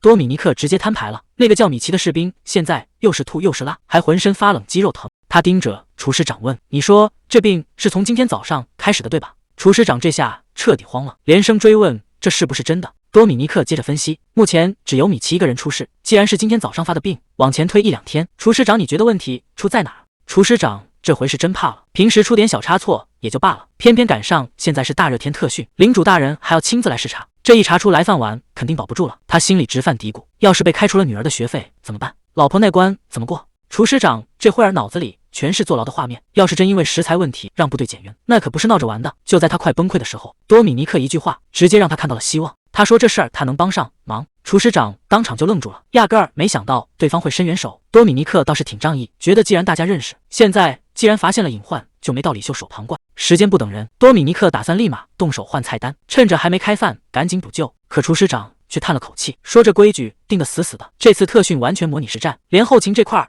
也不例外。为了防备有人在饭菜里下毒，所有食材都得提前跟指挥官报备。现在想临时变卦，恐怕没那么容易。帕特里克手里早就拿到了菜单，现在想改，简直比登天还难。厨师长愁得直挠头，说：“既然这些生蚝有问题，那只能全扔了。”多米尼克却拦住了他：“既然不能换菜，那咱们直接把它们煮了不就行了？”厨师长听得一愣一愣的，这生蚝都生病了，煮熟了还能吃？多米尼克开始一本正经的忽悠，说这跟人感冒是一个道理，喝点热乎的出身汗就好了。这贝类热脂要高温煮透，毒性自然就散了。厨师长哪懂这些，一听这话觉得太有道理了，不愧是村长，真是啥都瞒不过他的眼。其实多米尼克心里清楚，这所谓的贝类热就是诺如病毒，只要在85度以上煮个1分半钟，病毒就彻底完了。但他要是直接说这些专业术语，估计厨师长又得把他当成骗子，只能用这种土办法来解释。厨师长看着这堆生蚝，心里还是直打鼓，这玩意儿到底能做成啥菜？多米尼克倒是淡定，直接拍板说就按他说的办。转眼到了正午，太阳毒得像要冒火，训练场上全是喊杀声。帕特里克正亲自督战，就在这时候，一阵香味飘了过来，帕特里克鼻子尖一下子就闻到了不对劲，这味道可不像是平时的伙食啊，这是什么味儿？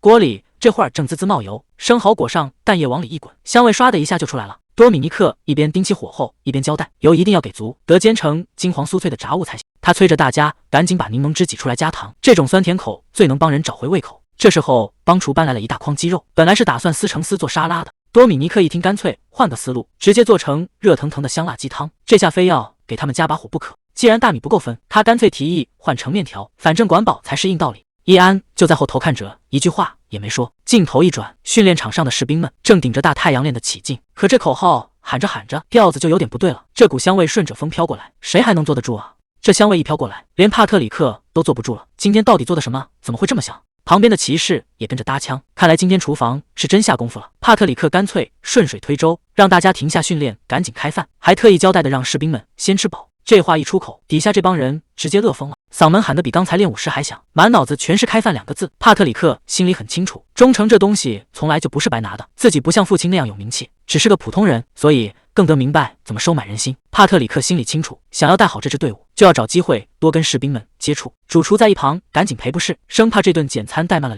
帕特里克倒是一点没架子，毕竟是在训练场，填饱肚子才是正经事。他对这盘金灿灿的炸物起了好奇心，主厨赶紧把这道菜的门道说了出来。这是把食材切碎了，裹上蛋液，下锅煎出来的，名字叫炸橘子。可别小看这盘东西，这可是大补，不仅能增强免疫力，对男人的体力也有好处。至于旁边那碗红彤彤的汤，是用鸡肉配上特制的辣椒熬出来的，这一口下去，保准全身都能暖和起来。厨师还在旁边念叨，汤里特意加了面条，保准让大家吃个痛快。底下这帮士兵更是吃得热火朝天，嘴上喊着辣，手里的动作却一点没慢。有人还在这儿装硬汉，说吃不了辣就不算男人，结果立马就被战友给拆穿了。帕特里克看着大家这副模样，心里也开始打鼓，这汤真有传闻中那么厉害。既然气氛都到这儿了，他干脆也舀起一勺，准备亲自领教一下这火辣的滋味。帕特里克这一口下去，整个人直接被点燃了，这辣味确实够劲，跟以前吃过的完全不一样。这股热气顺着嗓子眼钻进去，感觉把五脏六腑都给洗了一遍。帕特里克忍不住大喊：“这味道简直绝了！”旁边的主厨听到这话，悬着的心总算落了地，这下不仅保住了饭碗，连命都像是捡回来的一样。他看着帕特里克吃得这么香，心里别提多激动了，这顿饭总算是没白忙活。多米尼克看着大家吃得这么带劲，心里总算踏实了。原本他还担心这味道太冲，大家伙会吃不惯。既然这主意是多米尼克出的，伊安就有点纳闷了，这么好的立功机会，怎么这小子一点动静都没有？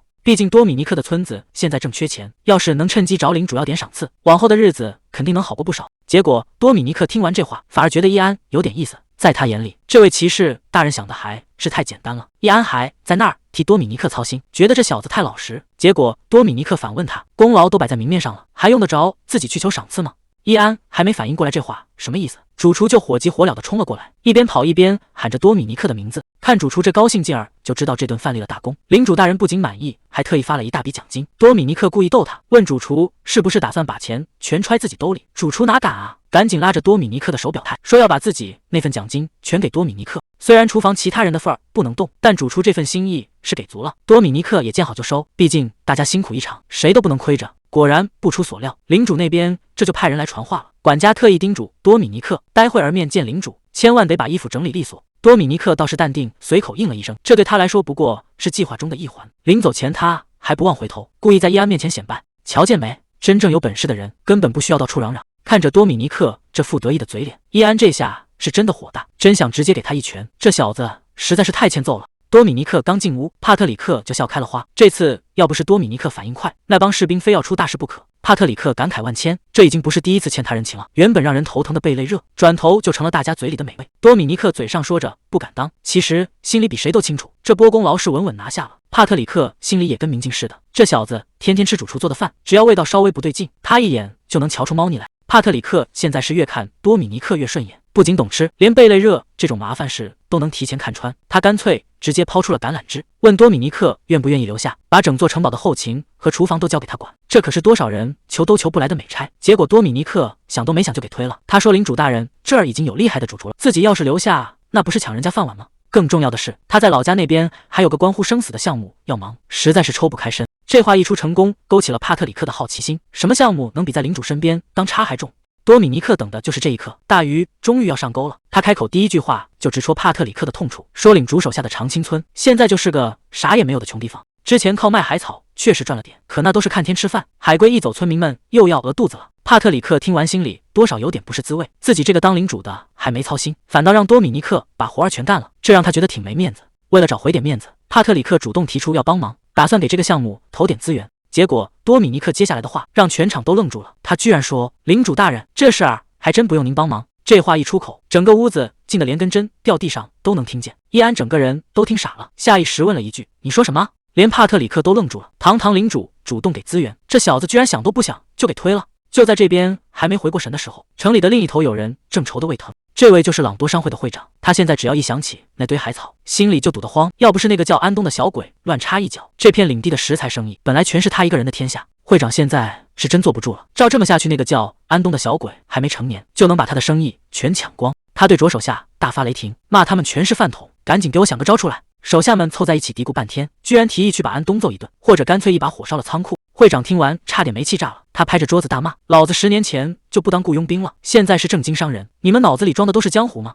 就在这时，有个手下赶紧抛出了新情报，说安东最近之所以能翻身，全是因为长青村的那个村长，听说那火遍全城的海草就是出自那个村长之手。会长吐了一口烟，不紧不慢地问：“然后呢？”手下赶紧凑上去出坏主意，说只要把那个村长给办了，安东那小子肯定的栽跟头，到时候那些渔民没得选，只能乖乖回来求咱们还能顺手把海草生意全占了。这主意一出，旁边的人都觉得这招绝了。会长听完冷笑一声，这主意确实不赖，他直接下了死命令，带上所有人去把那个村长给我废了。多米尼克和伊安正跪在地上，对着帕特里克行大礼。多米尼克却突然来了句：“领主大人，其实没必要做到那个份上。”帕特里克听了这话，显然有点没反应过来。“你不需要我的帮助。”多米尼克回答的干脆利落：“没错，我不需要您的施舍，但我想要一份投资。”投资？帕特里克这下真被勾起了好奇心。多米尼克继续抛出诱饵：“只要您出启动资金，以后赚了钱我会连本带利全部还给您。”帕特里克这下真没憋住，直接笑出了声。他觉得这事儿太新鲜了，平时那些人只想着掏他口袋，多米尼克居然要跟他谈生意，还要连本带利的还钱。帕特里克一边笑一边感慨：“你这小子比我想的有意思多了，既然是做交易，那肯定得有具体的章程吧？”多米尼克早就准备好了，直接从怀里掏出一份文件，这可不是随口说说，他是真的带着计划书来的。旁边的管家赶紧上前，把这份方案递了过去。帕特里克一眼就看穿了，这小子是既想要钱，又不想让人插手他的事，这种胆量反而让他更欣赏了。既然话都说到这份上了，帕特里克当场拍板，就按多米尼克的条件来，还让管家赶紧把这笔投资记下来，甚至还给出了10年的还款期，连利息都比外面低不少。看着多米尼克那股高兴劲，帕特里克心里也直犯嘀咕，差点就把这么个人才给关在厨房里埋没了。随着帕特里克的一声鼓励，这笔改变命运的买卖总算是彻底谈成了。帕特里克心里已经开始盘算了，要是这计划真能成，以后这块领地绝对能让首都那帮贵族眼红死。看着这片还没开发的海岸，谁能想到这里马上就要大变样了。卡隆拿着文件，整个人都傻了，这该不会是在做梦吧？领主大人居然真的要给村子投钱，他忍不住大喊：“多米尼克，你小子又创造奇迹了！”多米尼克看着他这副样子，无奈地提醒了一句：“大叔，你信拿反了。”卡隆这才反应过来，难怪刚才看着这么费劲，看得我头都大了。既然最难搞的资金已经到位，多米尼克大手一挥，那还等什么？咱们的工程正式开工。多米尼克笑着说：“没错，之前唯一的难题就是钱，现在这事儿已经彻底搞定了。既然今天是个大喜日子，他提议干脆直接架起烤炉，这种时候就该大口吃肉，大口喝酒才对。”村里人这下彻底乐疯了，等了这么久，终于能痛痛快快吃顿肉了。甚至还有人开玩笑说：“多米尼克，你干得太漂亮了，祝你这辈子都别再单身。”就在大家伙儿忙着庆祝的时候，远处的海面上，几匹快马正朝着村子飞奔而来。领头的男人蒙着面，看着村子里热闹的景象，露出了一个阴森的笑容。嘿嘿，看来咱们这次能玩得相当尽兴了。夜幕降临，村子里的欢笑声还没停，卡隆这会儿尾巴都快翘到天上去了，在那儿大声嚷嚷，说他早就看出来多米尼克是个人才，要不是他当初英明神武，把村长的位置让出来，哪有今天这种好事？结果话还没说完，旁边的村民直接就把他老底给揭了，说他当初纯粹是因为不想学认字，才把这烂摊子甩给多米尼克的。这下卡隆老脸往哪儿搁？多米尼克在旁边听得直乐，这帮人平时没个正经，但这种热闹劲儿确实难得。卡隆气得直跳脚，非要找人单挑不可。就在大家伙闹得正欢的时候，有人突然察觉到不对劲了，远处传来一阵急促的马蹄声。这大半夜的，谁会往这荒郊野岭跑？马蹄声越来越响，村民们这下全警觉起来了。有人小声嘀咕，看这架势来的人绝对没安好心，好好的烧烤派对，眼看就要被这群不速之客给搅黄了。这帮蒙面人摆明了是来找麻烦的。卡隆带着一帮壮汉直接顶了上去，平时看着都是些和蔼的大叔，现在这一个个的简直像要吃人一样。多米尼克在旁边都看愣了，这帮平时在海上遇到大浪都笑嘻嘻的人，什么时候变得这么凶了？伊安这回是真仗义，主动提出要跟卡隆一起扛。卡隆听完这话，整个人都轻松了不少。伊安本来还担心多米尼克的安全，让他赶紧找个地方猫着，谁知道多米尼克在远处喊得比谁都欢，这哪是躲起来啊，这分明是在前排看戏呢。伊安这下是真无语了，还没等他们多说，那帮蒙面人已经冲到了跟前，带头的在那儿狂得不行，嚷嚷着让村长出来领死，其他人全都得跪下。这帮家伙怕是还没意识到自己踢到铁板了。伊安已经给卡隆下了死命令，人可以打，但必须留活口，他倒要看看到底是哪个不长眼的在背后捣鬼。卡隆大手一挥，既然对方不识好歹，那就没什么好说的了。伊安这身手真不是盖的，还没等对方看清，他已经带头冲了出去。卡隆更是猛得不像话，这哪是渔夫啊，简直就是人形坦克，直接把冲过来的马都给掀翻了。这帮蒙面人当场就傻眼了，带头的还在那儿怀疑人生，这帮渔夫怎么一个比一个能打？这场面彻底乱套了，原本骑马来的这帮人全都被拽下来按在地上摩擦。蒙面人这下彻底懵了，情报里不是说这帮人只是渔夫吗？怎么一个比一个手黑？带头的还在那儿死撑，让手下赶紧把人拿下。结果话还没说完，自己人就先飞出去好几个。伊安在旁边还一直叮嘱，千万别把人弄死了。卡隆他们听得直皱眉头，这帮人这么不经打，想留活口可真是个技术活。多米尼克在后头看得真切，这哪是打架呀，这简直就是单方面屠杀。蒙面人甚至开始怀疑这村子是不是偷偷请了雇佣兵。结果渔夫们冷笑一声，不是我们太强，纯粹是你们这帮家伙太菜了。多米尼克这心也是够大的，一边看戏一边还不忘吃两口。看这帮大叔打得这么精彩，他甚至都想好回去要给大伙儿加餐了。可他光顾着看热闹，完全没发现身后摸过来一个人。这下好了，肉还没咽下去，脖子上就多了一把凉飕飕的剑。蒙面人仔细盯着多米尼克，又拿出一张画像对比了一下，这长相简直跟画像上一模一样。他认定这就是要找的村长，直接冲着人群大喊：全都给我住手！再动一下，你们村长的小命就没了。蒙面人这一嗓子直接让全场都停了下来。卡隆一看多米尼克被抓，整个人都快炸了，他大喊着多米尼克的名字，心里那个急啊，这孩子怎么就不知道躲远点呢？蒙面人觉得自己手里握着王牌，气焰嚣张的不行，他让所有人立刻缴械投降，不然就要撕票。就在这千钧一发的时候，伊安却表现得异常冷静，他悄悄打了个手势，示意大家先别乱动。趁着蒙面人得意忘形，伊安已经像个幽灵一样悄无声息地摸到了身后。卡隆这下是真的急红了眼，扯着嗓子让对方赶紧放人。为了保住多米尼克的命，他甚至当场认怂，说只要不伤人，什么条件都好商量。结果被抓的多米尼克倒是一脸的无奈，心想这帮大叔平时挺稳重，怎么关键时刻全乱了阵脚？蒙面人还以为自己稳操胜券，正叫嚣着让大家原地投降，谁知道趴在地上的小弟突然扯着嗓子大喊，提醒他背后有人。还没等蒙面人反应过来，伊安已经像道闪电一样直接杀到了跟前。蒙面人眼看伊安杀到跟前，知道自己这回是踢到硬铁板了，他心一横，既然横竖都是个死，那就拉上多米尼克垫背。这一剑要是真劈下去，多米尼克可就彻底交代在这了。卡隆在旁边急得嗓子都喊哑了，可距离太远，根本来不及救人。谁能想到就在这要命的关头，多米尼克竟然自己动手了。他反手死死扣住对方的手腕，这力道大的惊人，还没等蒙面人反应过来，整个人就被一股怪力直接掀飞，重重的摔在了地上。多米尼克自己都懵了，刚才那下过肩摔简直快得让人看不清。卡隆这下彻底坐不住了，赶紧跑过来问他，刚才那招到底是怎么使出来的？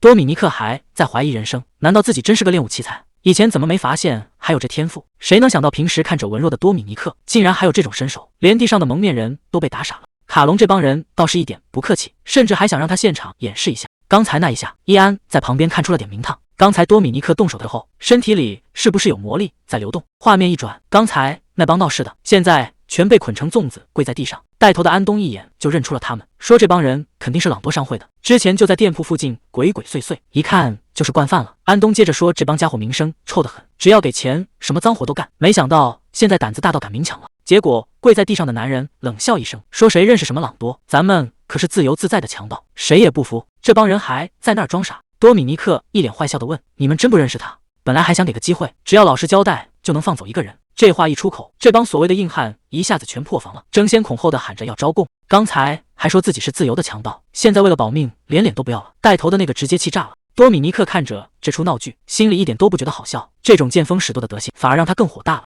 多米尼克这招离间计效果简直立竿见影，他随手一指，直接就把带头的那个给踢出局了。剩下的人一看竞争对手少了，居然还跟着瞎起劲。多米尼克笑了笑，问还有谁想争取这唯一的活命机会。这时候，一个看起来还没成年的小伙子开口了，他说自己才入行不到3个月，这还是头一回出来干这种脏活。他发誓只要能放他走，以后绝对重新做人。易安走过去仔细看了看这孩子的手，手心确实挺嫩，一看就没干过什么重活，更没沾过血。多米尼克点点头，看来这回是选对人了，捡回一条命的小伙子，这下是真感激涕零了，连声说着谢谢。到了晚上，多米尼克把人带回屋里，打算把这背后的猫腻彻底问清楚。多米尼克总结了一下，合着朗多商会能把粮价压得这么低，全是靠吸那些农户的血换来的。小伙子唯唯诺诺的解释，具体的他也不太清楚，只听说那些农户都是因为欠了债，地被高利贷强占了，人才被抓去干活的。多米尼克听完眉头一皱，这就不对了，伯爵领地不是明摆着有最高利率限制吗？这帮人怎么敢这么明目张胆的放高利贷？结果小伙子一脸懵，反问了一句，居然还有这种规定？多米尼克这下是真无语了，这么重要的法律，这帮底层人居然压根就没听说过。小伙子无奈的叹了口气，说到底还是因为多米尼克这种大人物识字懂得多，像他们这种大老粗哪能搞明白那些弯弯绕绕的法律？看来这帮奸商就是吃准了老百姓没文化，才敢这么无法无天。不管走到哪，这帮人的吃相都一样难看。多米尼克继续打听关于那个朗多商会还有没有更劲爆的消息。小伙子这回是彻底豁出去了，说他们不仅抢村子，还经常放火烧别人的铺子。旁边的安东一下子想起来了，难怪之前的火灾查不出凶手，合着全是这帮人在背后捣鬼。可光有传闻还不够，安东很清楚，没证据根本动不了那个商会老板。谁能想到这小伙子居然还留了一手？他从怀里掏出一张收据，虽然是以前干活留下的，但上面清清楚楚签着老板的名字，这可是抵赖不掉的铁证。多米尼克这下月了，正愁没地方下手呢，这回看他们还怎么翻身。多米尼克告诉小伙子，有了这份证据，他以后就再也不用过逃亡的日子了，这在法律上叫立功表现。多米尼克收好那张关键的收据，承诺在事情查清之前，村里会负责他的安全。小伙子这下总算踏实了，他保证以后一定走正道，再也不跟那帮人同流合污。没过多久，这案子就闹到了公堂上。之前还嚣张跋扈的商会老板，现在急得直跳脚。他在法庭上大喊大叫，非说自己是被冤枉的，这全都是别人挖好的坑。可坐在审判席上的法官正盯着手里的证据，这回他怕是插翅难逃。都到这份上了，会长还在那儿扯着嗓子喊冤，非说自己是被人陷害的。帕特里克在旁边听得直摇头，证据都堆成山了，这人居然还想靠耍无赖翻盘。多米尼克和伊安就这么冷冷地看着，看他还能演到什么时候。法官这下是彻底被激怒了，这么多证人证言摆在面前，你还敢在这儿睁眼说瞎话？既然给脸不要脸，那也就没必要客气了。法官当场宣读了最终判决，朗多商会这回算是彻底栽了，纵火、诈骗、非法高利贷，甚至还牵扯到了人口买卖，这一桩桩罪名数下来，他这辈子算是交代了。不仅所有家产全部没收，用来补偿那些被害惨了的农户，他本人还得去矿场干一辈子苦力，而且这回是重判，连特赦的机会都没有。这下他是真的再也翻不了身了。会长这下彻底崩溃了，他在法庭上歇斯底里的大喊：“这不可能，绝对不可能！”他一边挣扎一边质问：“那些拿了他钱的人都死哪去了？怎么关键时刻没一个出来保他的？”帕特里克看着这出闹剧，只觉得这人真是无可救药。都这时候了，居然还在心疼那些打点关系的脏钱。法官可没心思听他发疯，直接下令把人拖走。帕特里克点点头，这颗毒瘤总算是彻底拔掉了。紧接着，朗多商会的资产清单被呈了上来，这厚厚的一叠，全是他这些年搜刮来的民脂民膏。帕特里克翻看着清单，发现这商会的家底还真不少，他当场拍板，能变现的赶紧全部拿去拍卖。他特意交代手下，这笔钱一分都不能乱动，必须全部用来补偿那些受害者，谁要是敢动，歪心思后果自负。随着拍卖会的准备工作开始，这场闹剧总算是落下了帷幕。伊安看着尘埃落定的法庭，转头问多米尼克：“接下来的路你打算怎么走？”多米尼克这回胃口可不小，他盯着这场拍卖会，打算把朗多手里的农场全吃下来。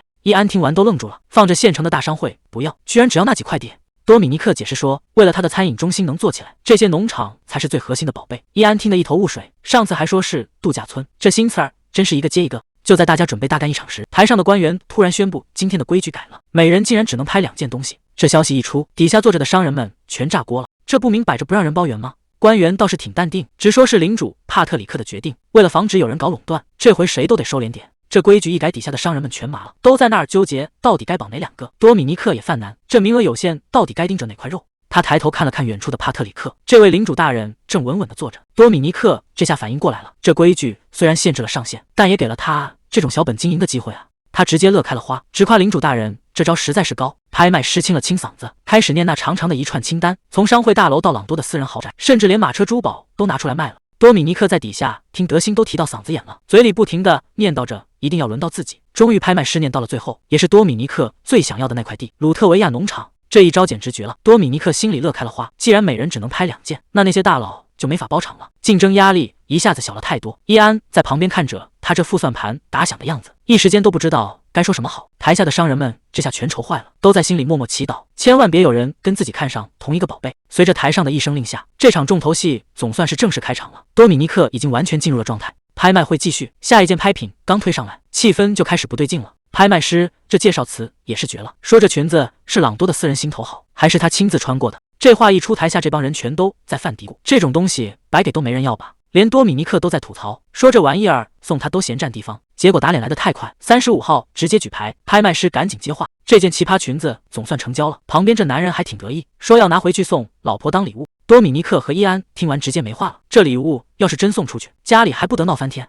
紧接着重头戏来了，下一件拍品是鲁特维亚农场。多米尼克等的就是这一刻，拍卖师这介绍听者就像在劝退，地盘小交通差也就算了，最麻烦的是连工人都没留下，因为之前的雇佣合同不合法，现在那儿就是个空壳子，买下来还得自己重新招人。台下这帮老油条全在看笑话，说这地儿就算买下来，修路扩建也得赔个底儿掉。这拍卖会今天是怎么了？净出些没人要的破烂，连伊安都看不下去了，问多米尼克是不是认真的？这地摆明了就是个大坑。结果多米尼克一点不虚，这地方对他来说简直就是量身定做的。转眼间尘埃落定，这庆功酒已经喝上了，都在恭喜多米尼克，说他这回真是捡了大便宜。毕竟这农场虽然小，但底子确实不错，关键还是起拍价拿下的，大伙儿都说他这运气简直逆天了。多米尼克听完哈哈大笑，运气那是因为我平时积德行善，老天爷都在帮我。酒过3巡，安东还是没忍住凑过来打听，说你买那破农场到底是要干什么？难道真打算搞什么集体农场？他还惦记着之前那还早呢，直说要是再能种出那种宝贝，一定要让他先排个号。多米尼克倒是挺谦虚，说没那么夸张，顺手就把正事给办了，问能不能帮他弄点种子。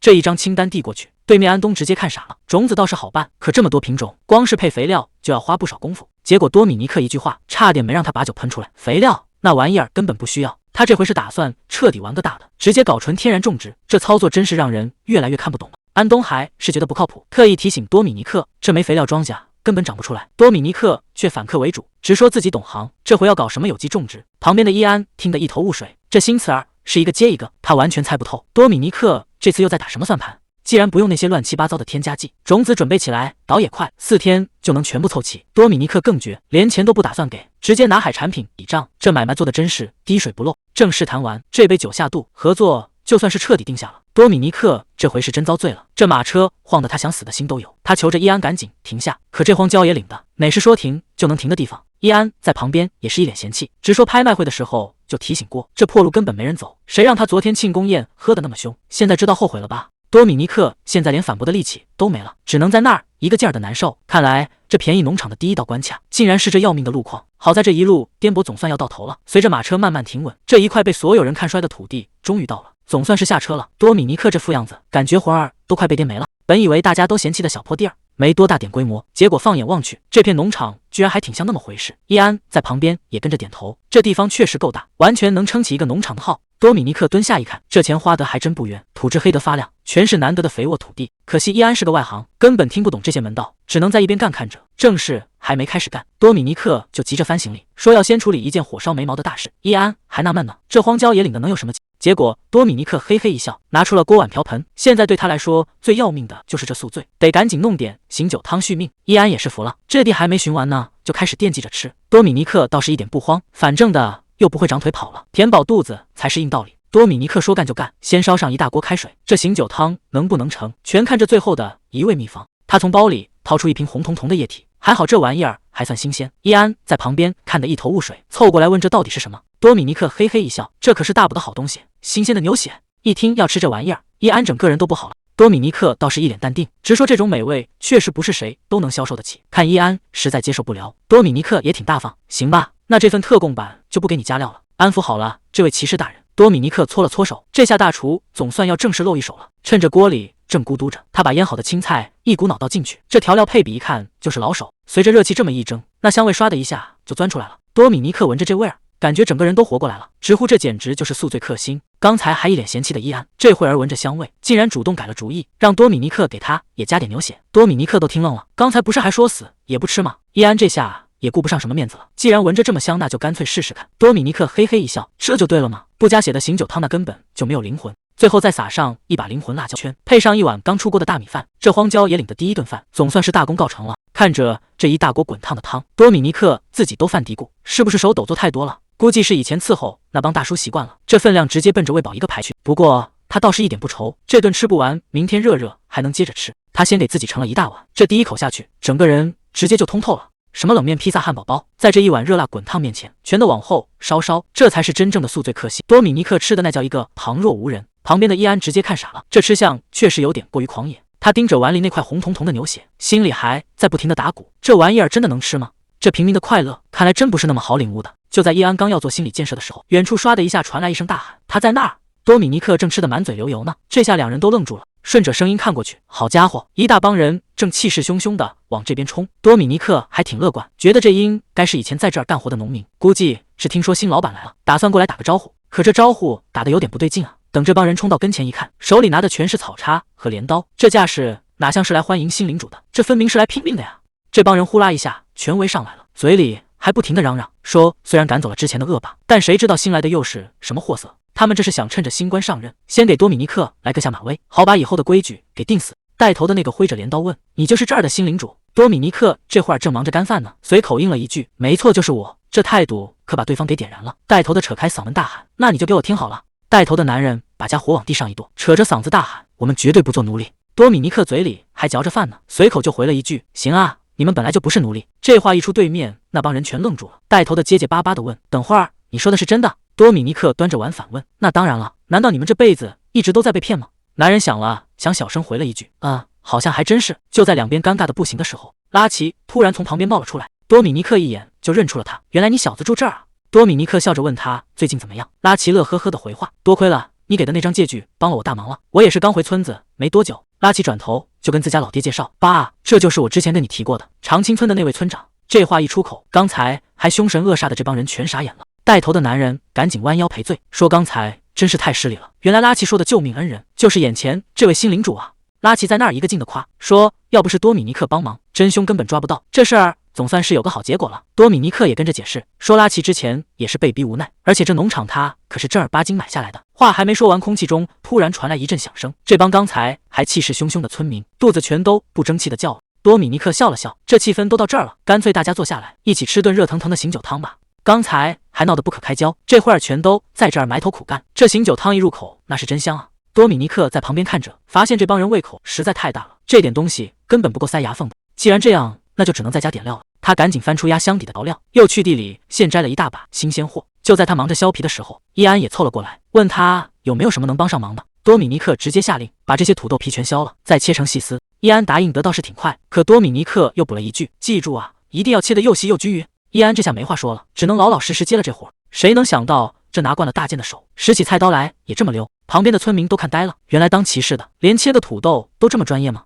看着这一盆整整齐齐的土豆丝，多米尼克总算松了口气，这下配菜算是搞定了。土豆丝切好了，面粉和盐这么一拌面糊就算齐活了。多米尼克大手一挥，直接开火下锅。这还没完，最后再撒上一把灵魂青椒圈，这香味儿刷的一下就窜出来了。看看这金灿灿的土豆饼，不仅能填饱肚子，还能养胃消食，简直是给这帮饿坏了的村民量身定做的宝贝。多米尼克和伊安端着盘子，招呼大家赶紧趁热吃。要是觉得味道不够，旁边还有特制的蘸酱。这帮村民哪见过这种好东西，光是闻着这股焦香味儿，口水就有点止不住了。这土豆饼往酱里这么一蘸，那滋味简直绝了。这帮村民哪吃过这种好东西，一个个吃的那是心服口服，直夸这味道简直没谁了。多米尼克和伊安在旁边看着，这顿饭算是彻底把大家伙给拿捏了。就在这时候，多米尼克突然反应过来，既然现在人全都在这儿，那有些事儿干脆就现在说了吧。他直接开口问大家，各位吃饱喝足之后，还有没有别的什么打算？别的打算？这帮人一下子被问住了。多米尼克解释说，既然现在拿到了赔偿金，人也自由了，是想回老家还是换个活计，总得有个说法。几个领头的互相看了看，最后还是那个男人开了口，大人，我们这辈子除了种地别的啥也不会，所以要是您不嫌弃，我们还是想留在这儿干活。这话说的挺诚恳，毕竟对他们来说，能有个安稳地方种地比什么都强。多米尼克这一点头，这帮人激动的直接抓住了他的手，连声说着谢谢。多米尼克一听这话，乐得嘴都要咧到耳根子了。他赶紧握住带头那人的手，说自己刚才还真担心大家伙儿拿了钱就全跑路了。既然大家想留下来，多米尼克干脆趁热打铁，提议现在就签个雇佣合同。这可把村民给整懵了，种地还得签合同，这新鲜事儿他们还是头一回听说。多米尼克顺手拿出一支羽毛笔，说自己的条件其实特别简单。第一条，种地的时候绝对不能用化肥；第二条，地里的收成他要全部拿走。这话一出来，村民们面面相觑，这不等于白干活吗？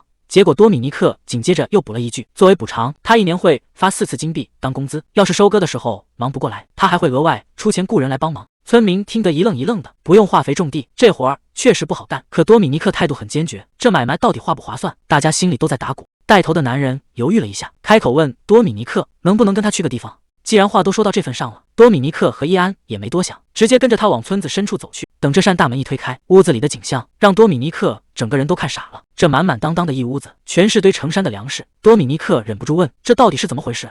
带头的男人沉声说：这些全是没用过化肥种出来的庄稼。多米尼克整个人都傻了，这么多粮食竟然全是没用过化肥的。男人这才说了实话，其实他们原本打算今年秋天就全家逃跑。看着身边的拉奇，男人心里全是苦水。儿子被抓去当苦力，两口子拼了命也就攒下这么点保命粮，反正横竖都是个死。他们干脆把心一横，有一半的地压根就没撒过化肥。男人试探着问：这些粮食您看能卖得掉吗？多米尼克这下捡到宝了，这些我全都要了，而且还会额外给你们一笔钱。有了这批现成的粮食，他的大计划终于可以提前动工了。拉奇这孩子确实机灵，为了让多米尼克看明白，还专门画了张简易地图，把地里的情况标得清清楚楚。多米尼克一看就乐了，这小子不仅手脚勤快，脑子也转得快，要是再教他认字算数，绝对是个当管家的好苗子。想到这儿，多米尼克直接拍了板，以后农场的生产和收成全交给拉奇来盯着。这差事落到头上，拉奇简直不敢相信。多米尼克笑着调侃：总不能让他这个大领主天天在地里蹲着吧？不过这关可不是白当的。多米尼克告诉他，接下来得赶紧把读书写字学会。拉奇这下是真遇上贵人了，这哪是让他干活啊，这分明是要带他彻底改命了。拉奇这孩子是真懂事，当场就表了态，要是多米尼克交代的差事，他拼了命也会干好。他爹更是激动的不行，拉着儿子就要给多米尼克谢恩。画面一转，来到了热闹的佣兵工会，办事员正忙着翻看记录，嘴里还念叨着一个地名长青村。那地方可偏得很，就在新克莱伯爵领地的海岸边上。这任务听起来倒是不难，只要会点基础的2级魔法就行，像什么警报啊、复制之类的，纯粹就是个技术活儿。可这事儿越想越奇怪，一个偏僻的小渔村，平白无故招魔法师干什么？办事员也给不出个准话，只说谁知道那帮人在想什么。这活儿确实是个坑，钱给的少不说，地方还偏得没边儿。正经魔法师谁愿意去受那个罪？为了能把人招过去，村里也是下了血本，直接开出包吃包住3个月的条件。可即便这样，还是没人愿意接着烫手山芋。就在这时候，柜台突然被拍得啪啪响，谁能想到还真有这种大冤种？这蓝头发的小姑娘想都没想，当场就喊出来：我去！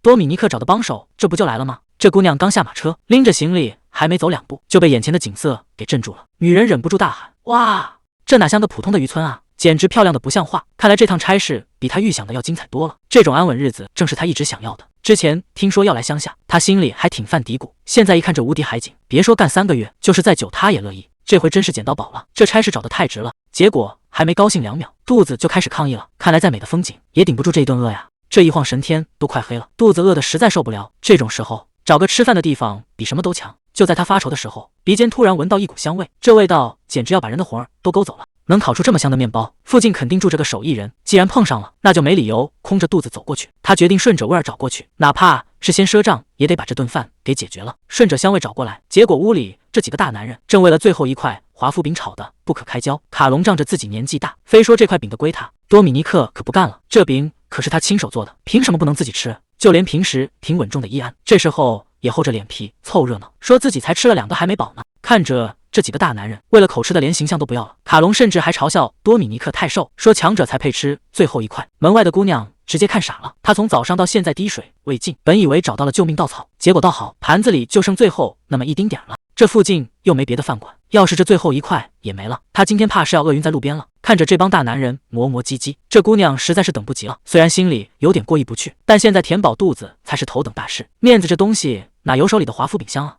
唰的一下，那块被争来抢去的饼就到了他手里。这下屋里3个人全傻眼了，多米尼克、伊安还有卡隆，谁也没想到半路能杀出个程咬金。这姑娘可不管那么多，大喊一声谢谢款待，张嘴就是一大口。这味道简直绝了！看着他吃的这么香，这3个大男人愣是一个字都说不出来。多米尼克脱口而出：你是小偷吗？这姑娘赶紧摆手道歉，说自己实在是饿晕了头，才干出这种抢食的事儿。原来他叫费罗特。戴安是个3级魔法师，这次是接了佣兵工会的任务，专门赶过来的。多米尼克一听这话，态度立马变了，原来这就是他一直等者的帮手。他赶紧自我介绍，说自己是长青村的村长。费罗特还在为那块饼不好意思，直说要赔钱给他们。多米尼克哪还在乎那块饼啊？他现在满脑子想的都是另一件事。这姑娘一吃完，整个人都兴奋的不行。他拉着多米尼克问村长：“这真是你亲手做的？能不能再多做点？他这辈子都没吃过这么好吃的，尤其是上面那层又脆又甜的，简直让他欲罢不能。他甚至想直接掏钱买，还打听工会包的伙食里包不包括这种点心。”多米尼克一听这话，心里的小算盘立马打起来了。既然你这么爱吃，那接下来的事情就好办了。日子过得飞快，转眼几天就过去了。谁能想到这村子里竟然办起了学堂？费罗特在屋里催着交作业，底下的学生们答应的那叫一个干脆。谁能想到这个贪吃的女魔法师跟孩子们相处的还挺融洽。多米尼克看着屋里这热闹劲儿，心里别提多踏实了。只要拉齐他们能把本事学到手，以后村里就不愁没人才了。伊安在旁边都看无语了，也就多米尼克能想出这种招，让一个高贵的魔法师跑来教小屁孩识字算术。结果多米尼克还挺得意，每天只要多给1块点心，就能换来顶级的家教，这买卖简直赚翻了。原本伊安还担心会出岔子，现在看这进度，总算是能松口气了。眼看着工程就要收尾，多米尼克已经开始琢磨开业的事了，招人、培训，样样都得抓紧。毕竟这次的目标客户可全都是那些挑剔的贵族小姐。虽然万事俱备，但多米尼克心里还压着块大石头，那就是怎么把名声打出去。毕竟酒香也怕巷子深，要是开业没个开门红，后面可就难办了。多米尼克看着眼前的度假村，心里已经有了盘算。既然这里主打贵妇产后护理，那就要找个有分量的人来代言。他转头问伊安，能不能给伯爵夫人写封信，请他过来坐镇。伊安却有点犹豫，觉得伯爵夫人可能不太适合做这种对比宣传。多米尼克一听这话，脑子转得飞快，他突然意识到自己好像把路走窄了。谁说产后护理中心就只能给刚生完孩子的妈妈住？这种好地方完全可以有更大的市场，没必要把自己锁死在一个想法里。只要换个思路，这生意绝对能火出圈。多米尼克现在想通了，咱们这地方缺的不是客人，而是一个能把名声传出去的活招牌。得找个身份够尊贵，正好身体需要调理，还得是个爱社交的贵妇人。多米尼克心里已经有人选了，除了那位，恐怕没人能担此重任。日子过得飞快，转眼几周就过去了。村口终于传来了马蹄声，一辆华丽的马车缓缓驶入，车里的人看着窗外，忍不住感叹：这海边小村子收拾的还挺利索。看来多米尼克请的大人物总算是到了。来的人排场可真不小，正是诺埃拉子爵夫人。旁边的子爵大人一脸不耐烦，觉得大老远跑来这穷乡僻壤，就为了看个像样点的旅馆，简直是浪费时间。女人却冷笑一声：那是你没见过新克莱伯爵夫人，我这次来非要把那个村长挖走当主厨不可。他早就打听清楚了，多米尼克根本没给伯爵夫人发请帖。既然这样，女人已经想好了，非要让多米尼克见识见识什么才叫真正的财大气粗。他这次来可不只是为了度假，而是想把多米尼克挖走当主厨。只要多米尼克是自愿的，就算是新克莱伯爵家也拿他没辙。多米尼克已经在门口候着了，他礼貌地打了个招呼：欢迎光临度假村，我是这里的经理兼村长多米尼克。旁边的子爵夫人开口了，说总算见着面了。自从上次新克莱伯爵夫人的事之后，他就一直想见见这位能人。多米尼克这嘴也是真甜，直接回了一句：能被您这样的贵宾记住，真是我的荣幸。结果女人愣住了，贵宾 VIP 这词儿听着新鲜啊。多米尼克笑着解释 VIP 是我们内部的黑话，意思就是最尊贵的客人。他接着打趣说，可能是我太紧张了，一不小心把心里话给吐露出来了，还请各位大人别见怪。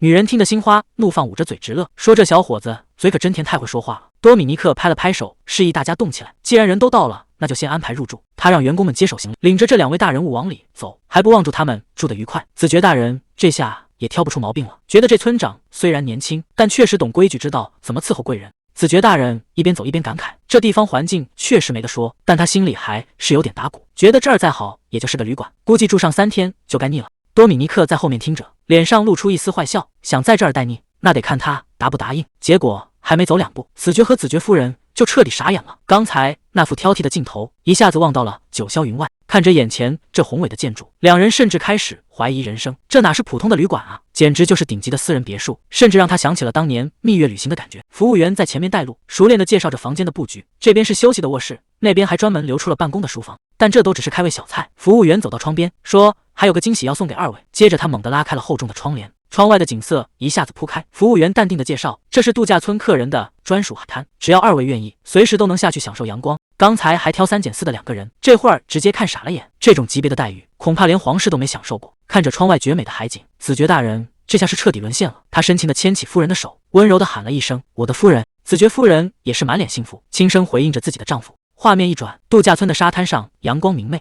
多米尼克正悠闲地躺躺椅上，感叹这次的计划大获成功。伊安在旁边站着，一脸疑惑地问他：“你怎么就这么确定成功了？”多米尼克枕着胳膊，笑得那叫一个灿烂。他说：“只要开业第一天没收到任何投诉，那咱们这事儿就成了一半。你看现在这环境多安静，多舒坦，简直就是完美的开局。”可还没等他高兴太久，远处突然传来一声怒吼：“村长！”只见费罗特气势汹汹地冲了过来，一边跑一边大喊：“这简直太过分了！村长这活儿也太多了吧！”费罗特这下是真急了，对着多米尼克和伊安一顿输出。早上得教小孩，中午还得教员工礼仪，晚上还得修那些破魔法道具。他越说越气，直呼这就是违反合同，根本没打算给他留休息时间。多米尼克倒是一点不慌，还顺着话茬提起了他之前做的那个控温烤箱。多亏了那个宝贝，多米尼克拿出一盒五颜六色的甜点，说这叫马卡龙，虽然做起来费劲，但喜欢的人简直要为他发疯。费罗特本来还在气头上，觉得这点小恩小惠就想收买他，简直是做梦。可多米尼克根本不给他拒绝的机会，直接塞了一个到他嘴里。这味道一入口，刚才那些狠话怕是全都要咽回肚子里。这马卡龙一入口，费罗特这下是真没话说了。虽然嘴里还在骂骂咧咧，但显然已经被这甜点给收买了。多米尼克也是个狠人，趁着对方嘴软，又顺势加了个水疗中心的活儿。这下费罗特彻底破防，只能一边咆哮一边乖乖去打工。伊安在旁边看得直摇头，一个敢拿零食当诱饵，一个还真就为了口吃的卖命。这俩人凑在一起，真是一个比一个离谱。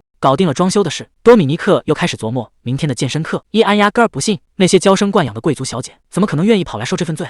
多米尼克倒是淡定得很，甚至还想跟伊安赌一个金币。这下可把伊安给难住了。堂堂骑士总不能承认自己怕输吧？可谁能想到第二天太阳刚升起来，海边竟然真的热闹了。这些平日里最怕累的大小姐们，居然真的跟着节奏练上了。多米尼克这下赢妈了。伊安虽然一脸不情愿，也只能乖乖掏出金币认栽。可还没等钱揣热乎，手下就慌慌张张跑了过来，大喊着出大事了！欧文夫人刚临产了。多米尼克赶紧确认情况，不是说还有2个月才生吗？结果这孩子提前1个半月就要出来，这可是妥妥的早产。多米尼克一边带人往回赶，一边确认接生婆和治疗师的位置。好在之前做过应急演练，大家虽然荒诞没乱，连祭司都第一时间赶过去了。多米尼克这下心里有了底，既然大家都各就各位了，那就看这场生死时速能不能赢了。这下是真的疼到骨子里了。欧文夫人整个人都在崩溃边缘，接生婆在旁边拼命稳住节奏，让她跟着口令调整呼吸。现在每一秒都是在跟死神抢人，可毕竟是早产，当妈的哪能不害怕？万一孩子有个3长2短，这后果谁也担不起。就在这时候，祭司的祈祷起了作用，这圣光一照，总算给了他最后一点底气。既然专业人士都在场，还有什么好怕的？为了孩子能平安落地，他这回是真要拼命了。随着一声响亮的啼哭，这悬着的心总算落了地。是个大胖小子，欧文夫人这回总算熬过来了，母子平安，这简直就是奇迹。消息传得比风还快，到了晚上，整个度假村都在议论这事儿。几个贵妇正凑在一起喝茶，话题全绕不开这次接生。大家都在纳闷，怎么接生婆和祭司能来得这么快？一打听才知道，原来这里早就准备好了，甚至还有专门的产前产后护理。这下可不得了，那些怀了孕的贵族太太们全奔着这个护理项目来了。多米尼克这生意怕是要火得没边了。女人神秘的开了口，说她从女仆那儿听到了个不得了的消息，生孩子的时候，这屋里居然一个外人都不让进。旁边这太太一听，这才反应过来，难怪当时她想进去送祝福，直接就被拦在了门外。原来人家在床边围了一圈布，除了接生婆和祭司，谁也别想看一眼。子爵夫人听得整个人都愣住了，毕竟在他们这儿生孩子让人围观，那叫领受祝福。谁能想到这旅店居然赶坏了规矩？可仔细一想，要是当年他生头胎的时候，也能有这么个清静地方，奶还用在大庭广众下遭那份罪？这下好了，名声算是彻底打响了。全世界第一个月子中心就这么在多米尼克手里诞生。这股坐月子的风潮一下子就在贵妇圈里传开了。多米尼克看着手里的账本，嘴都要笑歪了。照这个速度下去，那点欠债根本不是事儿。卡隆在旁边都看不下去了，直说他笑得像个贪财的小鬼。可谁能忍得住呢？预约都排到秋天去了，全是奔着来这儿生孩子。这时候伊安提了个建议，干脆在村里盖个生命女神庙。祭司那边也正有此意，毕竟接生越多，神灵跟这片土地的联系就越深。最关键的是，这钱根本不用多米尼出，那些刚生完孩子的贵妇们出手一个比一个阔绰，光靠他们的捐款就够盖庙了。这简直就是天上掉馅饼。多米尼克恨不得马上拍板，不过盖庙毕竟是大事，还得先听听村里人的意见。卡隆听完盖庙的事，觉得这主意简直绝，他拍着胸脯保证，村里人肯定没意见，甚至还得乐坏了。毕竟生命女神的信徒从来不搞强行传教那一套，大家求之不得呢。卡隆这老头也是个急性子，正试谈完，扭头就要去海藻加工厂盯着，这风风火火的劲头确实让人踏实。等卡隆一走，一直没说话的伊安凑了过来，他压低声音问多米尼克：“你就这么信任这位村长？”伊安倒不是怀疑卡隆的人品，只是觉得这老头看起来没受过什么高等教育，怕他在大事上掉链子。多米尼克笑了笑，说：“卡隆虽然不识几个大字，但他这辈子见过的世面可比书本上的多多了。他他看人看事都通透得很，从来不会把自己困在死胡同里。这种老江湖的智慧，有时候比什么学历都管用。易安听完也点了点头，确实，一个头脑灵活的长辈说出来的话，往往才是最值钱的。易安听完多米尼克的话，心里确实触动不小。原来，不管是厉害的人，还是那些看起来普通的人，身上都有值得琢磨的地方。多米尼克看他这副认真的样子，忍不住打趣说：“那这么看来，我岂不是个相当优秀的老师？”易安这回没反驳，反而感叹了一句：“看来自己以后确实得表现得更谦逊点才行。”正煽着情呢，多米尼克反手掏出一本笔记，让易安帮着长长眼，上面密密麻麻写着要用最天然的蔬菜做料理。易安扫了一眼，这又是搞哪一出？看这架势，难道是打算改行开餐厅了？多米尼克摇了摇头，说：“现在的度假村虽然火，但服务和设施这种东西，别人想学那是分分钟的事，所以他得整点高端的，搞一个别人想学也根本模仿不来的新赛道。”易安听得一头雾水，到底什么生意能有这么高的门槛？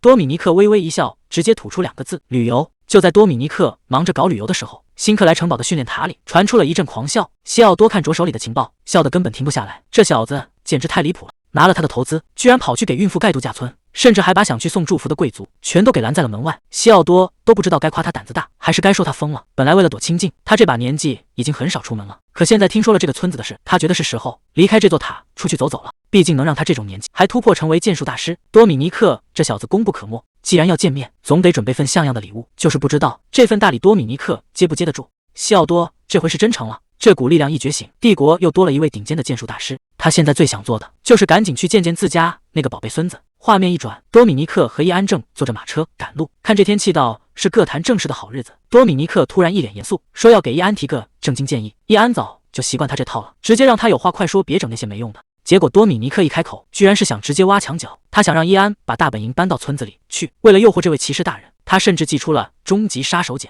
只要你肯来，以后辣炒年糕让你吃个够。可惜易安根本不吃这一套，毕竟今天可是领主会议的日子。多米尼克这满嘴跑火车的毛病准时又发作了。多米尼克觉得这会开的没意义，明明按时交了报告，非要让人大老远跑来跑去，这不就是纯纯的折腾人吗？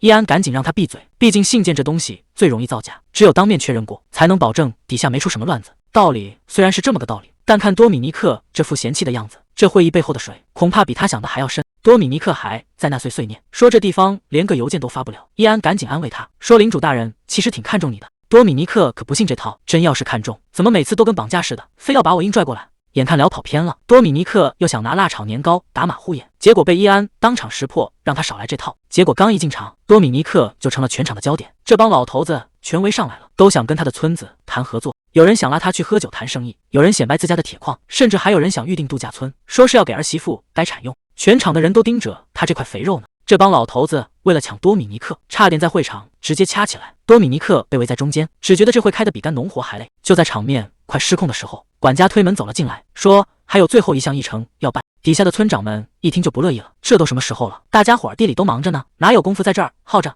管家一句话就把全场镇住了，说是领主大人刚开完会，特意交代下来的正事。这下谁也不敢吭声了，毕竟领主的面子谁都得给。刚才还吵吵把火的几个人，立马变得比谁都老实。管家拿出一份公文，语气严肃地宣布，入秋之前，领地要搞一次大规模的魔物讨伐，各村各户都得提前做好准备。这消息一出，刚才还想回家种地的村长们一下子全兴奋起来了。看来今年的消遣总算是要有点真刀真枪的动静了。讨伐魔物，这事儿听着挺吓人。多米尼克心里直犯嘀咕，这玩意儿难道不危险吗？旁边的村长一听就乐了，看多米尼克这副没见过世面的样子，就知道他是头一回碰上这种好事。村长指着地图开始科普，咱们南边这块地界又是海又是沙漠的，魔物本来就没多少，所以咱们这儿不像别的地方，非要定期去拼命，只有等魔物窝攒得太大了，才会组织人手去清理一波。多米尼克还是觉得纳闷，既然要见血，这帮老头子怎么一个个跟过节似的？村长嘿嘿一笑，危险确实是危险，但这里头的油水可大着呢。因为这种突发行动，不管是粮食还是人手，领主都得从咱们这些村子里买，这哪是去打仗啊？这分明是领主给大伙送钱来了，难怪这帮人眼珠子都快绿了。多米尼克这下心里更不是滋味了，自家村子现在穷得叮当响，这种发财的机会看来是跟自己没啥关系了。就在他酸得不行的时候，管家突然点到了他的名字，说领主大人要单独见他。多米尼克整个人都傻了，这么多村长都在这儿，怎么偏偏就盯上我了？管家可没跟他废话，直接做了个请的手势。这下多米尼克想躲也躲不掉了，说是请其实跟绑架也没啥区别。多米尼克就这么被2个卫兵架着胳膊抬进了内城，穿过这道气派的大门。多米尼克和伊安老老实实的跪在领主面前。帕特里克坐在高位上，开门见山的问：“讨伐魔物的事儿，你应该已经听说了吧？我这儿有个提议，想跟你谈谈。”多米尼克整个人都懵了，指着自己鼻子问：“找我？您是说要给我这种小人物提议？帕特里克笑了笑，给出了一个让人没想到的答案。他想让多米尼克去前线，给领地的讨伐军当主厨。多米尼克一听更傻眼了，这种事儿不应该是军医或者厨师长干的吗？怎么也轮不到他一个种地的呀？帕特里克倒也没否认，按理说是这样，城堡里的主厨确实手艺没得说，但是上次演习的时候，多米尼克展现出的本事，让他根本没理由犹豫。多米尼克这下肠子都悔青了，早知道当初就不该那么卖力的去解决诺如病毒。这下倒好，本事太大，反而给自己招来了苦差事。这活儿一听就是吃力不讨好，不仅累得够呛，估计还没几个子儿呢。多米尼克心里直犯嘀咕，他现在可是度假村的老板，每个月躺着就能收金币，何必跑去前线遭那个罪？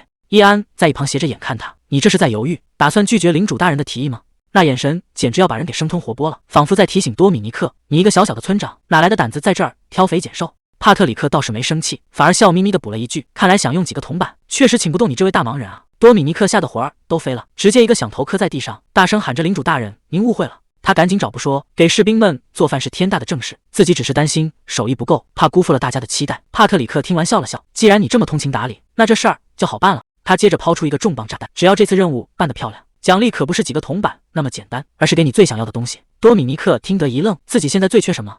帕特里克慢条斯理地开口，听说在你的经营下，长青村最近可是风生水起啊。多米尼克赶紧把头埋得更低，生怕对方是来收割肥羊的，连声解释说那都是传闻，自家村子连个守卫哨所都没有，穷得叮当响。帕特里克看着他这副装穷的样，忍不住调侃道，你这哭穷的本事看来是已经练成习惯了，既然你说传闻太夸张，那看来我准备的这份奖励也得跟着改一改了。本来听说你们村子税收压力大，我还打算给你们减免点税负，既然你们村子过得这么滋润，那这减税的事儿我看就没必要提了吧。一听要取消减税，多米尼克这下彻底坐不住了，这可是实打实的真金白银啊！他扯着嗓子大喊一声，领主大人，您简直就是活菩萨下凡！伊安整个人都快炸了，一个小小的村长居然敢在领主说话的时候插嘴，这在贵族眼里简直就是活腻了。两人一边往外走，伊安打听刚才说的那个词儿到底是啥意思。多米尼克随口解释说是山里的方言，大概就是老天保佑之类的。看多米尼克这副满不在乎的样子，伊安甚至怀疑他是不是想造反，手都快摸到剑柄上了。结果多米尼克还在那儿掏耳朵。多米尼克现在满脑子都是减税，只要能把村里的开支省下来，去前线搭个灶台算什么？这买卖怎么算都不亏。他凑过去想打听点内幕，问问这讨伐魔物到底是怎么回事，哪怕是一点小消息也行啊。结果伊安只是冷冷地看了他一眼，一句话都没说。他说这事儿他也是头一回碰上，根本没经验。多米尼克这下总算平衡了，原来这位看起来很唬人的骑士也是个门外汉。既然大家都不懂，多米尼克提议去找主厨商量，结果伊安却有别的想法。伊安提醒他，领主看的是士兵们的反应，所以直接问当兵的才最靠谱。正愁上哪找人呢，迎面就撞上个熟面孔。这红发士兵一见多米尼克就乐了。多米尼克还没忘上次那档子事，特意叮嘱他吃海鲜得留神。寒暄完正事儿就来了，多米尼克直接亮明身份，说自己现在负责这次行动的伙食。他想打听清楚，这帮整天在刀口舔血的汉子，到底最惦记哪口吃的。红发士兵倒是挺好说话，他说当兵的其实没那么多讲究，要不是难吃到咽不下去，大家伙儿都能凑合。毕竟每天训练和任务强度这么大，累得跟狗一样，只要有口吃的就能横扫精光。多米尼克听完若有所思，看来这帮人的要求比他想象中要低得多呀。红发士兵突然想起个事儿，说以前听老兵讲过，每次去讨伐魔物的时候，各地的领主都会派兵参加，结果到了饭点，隔壁领地的士兵在那大口吃肉，碗里的炖肉香味儿能飘出2里地，再看看自家这边，只能蹲在角落里啃干巴巴的面包。多米尼克一边听一边飞快的记录，这哪是吃饭的问题啊，这分明就是领地之间的面子工程。既然要比，那绝对不能在气势上输给别人，这事儿关乎尊严，必须得整点高端大气上档次的。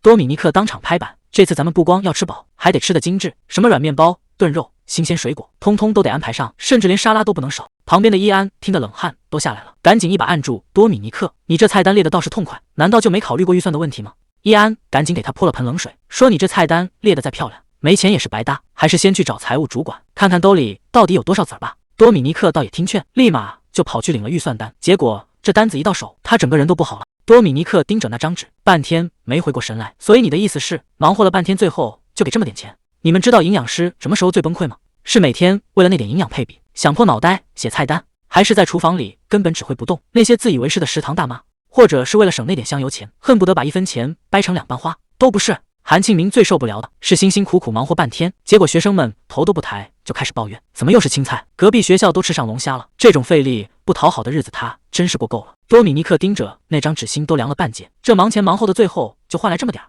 对面的官员倒是挺会安慰人，说这预算是照着隔壁德尔特男爵给的，甚至还额外加了2个点，让大家别太失望。多米尼克在旁边听得直皱眉，隔壁是隔壁，咱们为什么要跟他们看齐？官员慢悠悠地捋了捋胡子，说这事儿说来话长，长青村毕竟是新来的，还没领教过这里面的水深，在整个帝国，德尔特领地那是出了名的肥沃，哪怕老天爷不赏饭吃，那儿的人也从来没饿过肚子。多米尼克也承认，那地方确实是块风水宝地。可官员紧接着又补了一句，说地再好也没用，因为他们那儿有个大麻烦，就是那帮当兵的。这话听着就不对劲了，军队本来是保家卫国的，怎么反倒成了麻烦？官员接着说，人要是每天都吃得太饱，谁还愿意拎着脑袋去玩命？德尔特男爵这人死要面子，总觉得靠雇佣兵撑场面太丢人，所以上次讨伐魔物的时候，他为了显摆故意整了个离谱的幺蛾子。多米尼克一下子反应过来，难道他是在士兵的伙食上动了手脚？官员嘿嘿一笑，说没错，而且这招最后还真让他办成了。多米尼克这下全明白了，所有的线索总算对上了。说到底，辛克莱家族世世代代都是骑士出身，那是刻在骨子里的骄傲。可谁能想到了帕特里克这一代，堂堂骑士世家的领主，竟然变成了一个只会算账的文官。帕特里克这人最看重的就是家族名声，尤其是跟军队沾边的事，他绝对不能比前任领主差。可谁能想到他在战场上没吃过亏，最后竟然在伙食费上被人给算计了。多米尼克听得直摇头，既然是这么回事，早点摊开了说不就行了，非要绕这么大个圈子。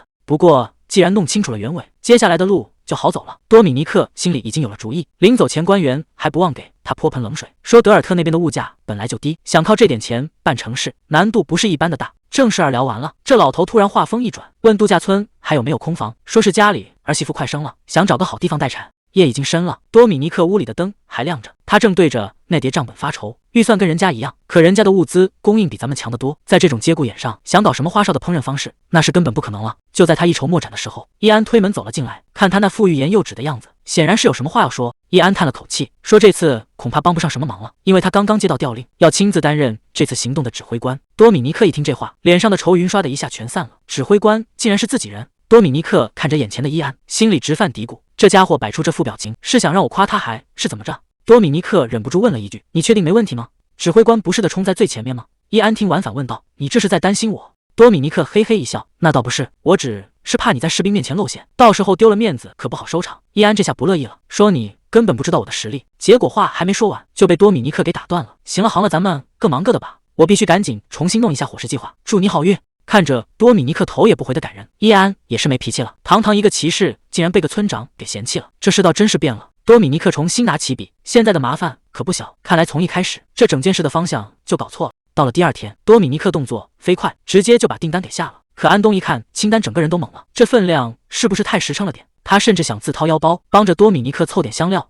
多米尼克直接一口回绝，真要靠别人接济，帕特里克大人的面子往哪搁？放心吧，这事儿他心里早就盘算好了。比起那些吃的，他现在更需要认识几个铁匠和木工，顺便再搞点酒精灯过来。转眼间，大部队已经在山谷里扎好了营，这阵仗可真不小。帕特里克带着人马赶到，笑着跟大家打招呼，说不好意思，路上耽搁让各位久等了。这时候，一个胖乎乎的光头凑了过来，正是德尔特男爵。德尔特男爵阴阳怪气的开口，真没想到辛克莱伯爵竟然亲自出马了。他接着补了一句，手底下这么多能干的骑士，您在家里歇着不就行了，何必跑来受这份罪呢？这话听者是客气，可帕特里克的脸色一下子就变得很看，这老狐狸摆明了是在看笑话。面对德尔特男爵的挑衅，帕特里克可没打算吃哑巴亏，他哈哈一笑，说自己是想亲眼看看士兵们的英姿。紧接着他又反将一军，说早就听说男爵剑术了得，这回正好开开眼界。这话里的火药味一下子就上来了。德尔特男爵这下笑不出来了，两边谁也不肯让步，这眼神一碰上，火药桶直接就被点燃了。在男爵看来，帕特里克这就是在死撑，非要跟他硬碰硬到底，简直是幼稚到了极点。既然话不投机，那就没必要在这儿浪费口水。随从大手一挥，提议先去吃饭。德尔特男爵这老狐狸一开口就开始装深沉，说行军打仗这么辛苦，他最近刚从兵书上学了一招，说是能收服人心。随从顺着话茬问了一句，结果男爵嘿嘿一笑，说想让士兵卖命，最起码得先让他们吃饱。紧接着他话锋一转，当众开始哭穷，说自己虽然想让大家吃好，奈何兜里没钱，真是操碎了心。绕了这么一大圈，狐狸尾巴终于露出来了。他故意捧杀帕特里克，说您可是南方最强的领主，伙食标准肯定不能低吧？帕特里克哪能听不出这弦外之音，他表现得相当淡定，那是自然，吃不饱饭谁给你干活？德尔特男爵等的就是这句话，他笑得满脸横肉都挤在了一起。既然话都说到这份上了，他说要向帕特里克请教请教，还专门准备了一桌，说是给伯爵大人的接风洗礼。帕特里克冷眼看着他，倒要看看这老狐狸葫芦里到底卖的什么药。结果菜一上桌，男爵就开始演上了。哎呀，真是太不好意思了，这就是我们士兵平时吃的，实在是太寒酸了。好家伙，看看这菜单，咸火腿、芸豆炖肉，还有热腾腾的浓汤和面包。旁边的士兵们全看傻了，能在航军路上搞出这种伙食，这财力和后勤得有多恐怖？德尔特男爵还在那儿装模作样，他说食材再好，要是厨师手艺不行也白搭。虽然他们已经尽力了，但终究还是上不了台面。紧接着，他嗓门突然拔高，说就算这样，肯定也比不上辛克莱家族的伙食。帕特里克听完这话，一点慌乱的意思都没有，反而还笑了笑。既然你都把话说到这份上了，那我也没理由拒绝。看着帕特里克答应的这么干脆，德尔特男爵心里直冷笑，觉得对方就是死要面子活受罪。他倒要看看这穷酸的南方领主到底能拿出什么像样的东西来。帕特里克一脸胜券在握，哼，走者瞧吧，他非要带大家亲眼看看自家士兵的伙食水平，觉得这波绝对能把对方比下去。结果镜头一转，多米尼克整个人都快崩了，在那儿疯狂抓头发。这才刚开始第一天，怎么感觉已经要看到走马灯了？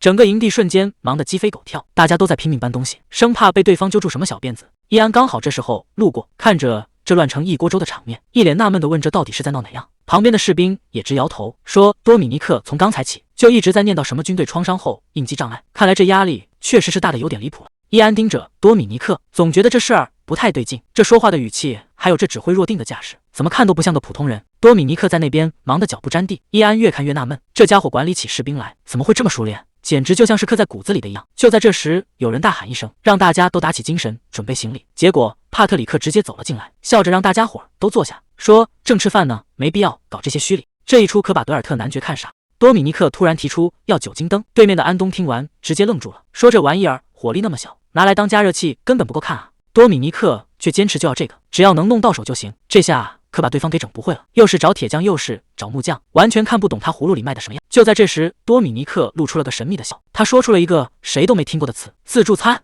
说干就干，多米尼克这回直接整了个大的，这就是他说的户外自助餐。这场面把大家都给看傻了，谁见过这么吃饭的呀？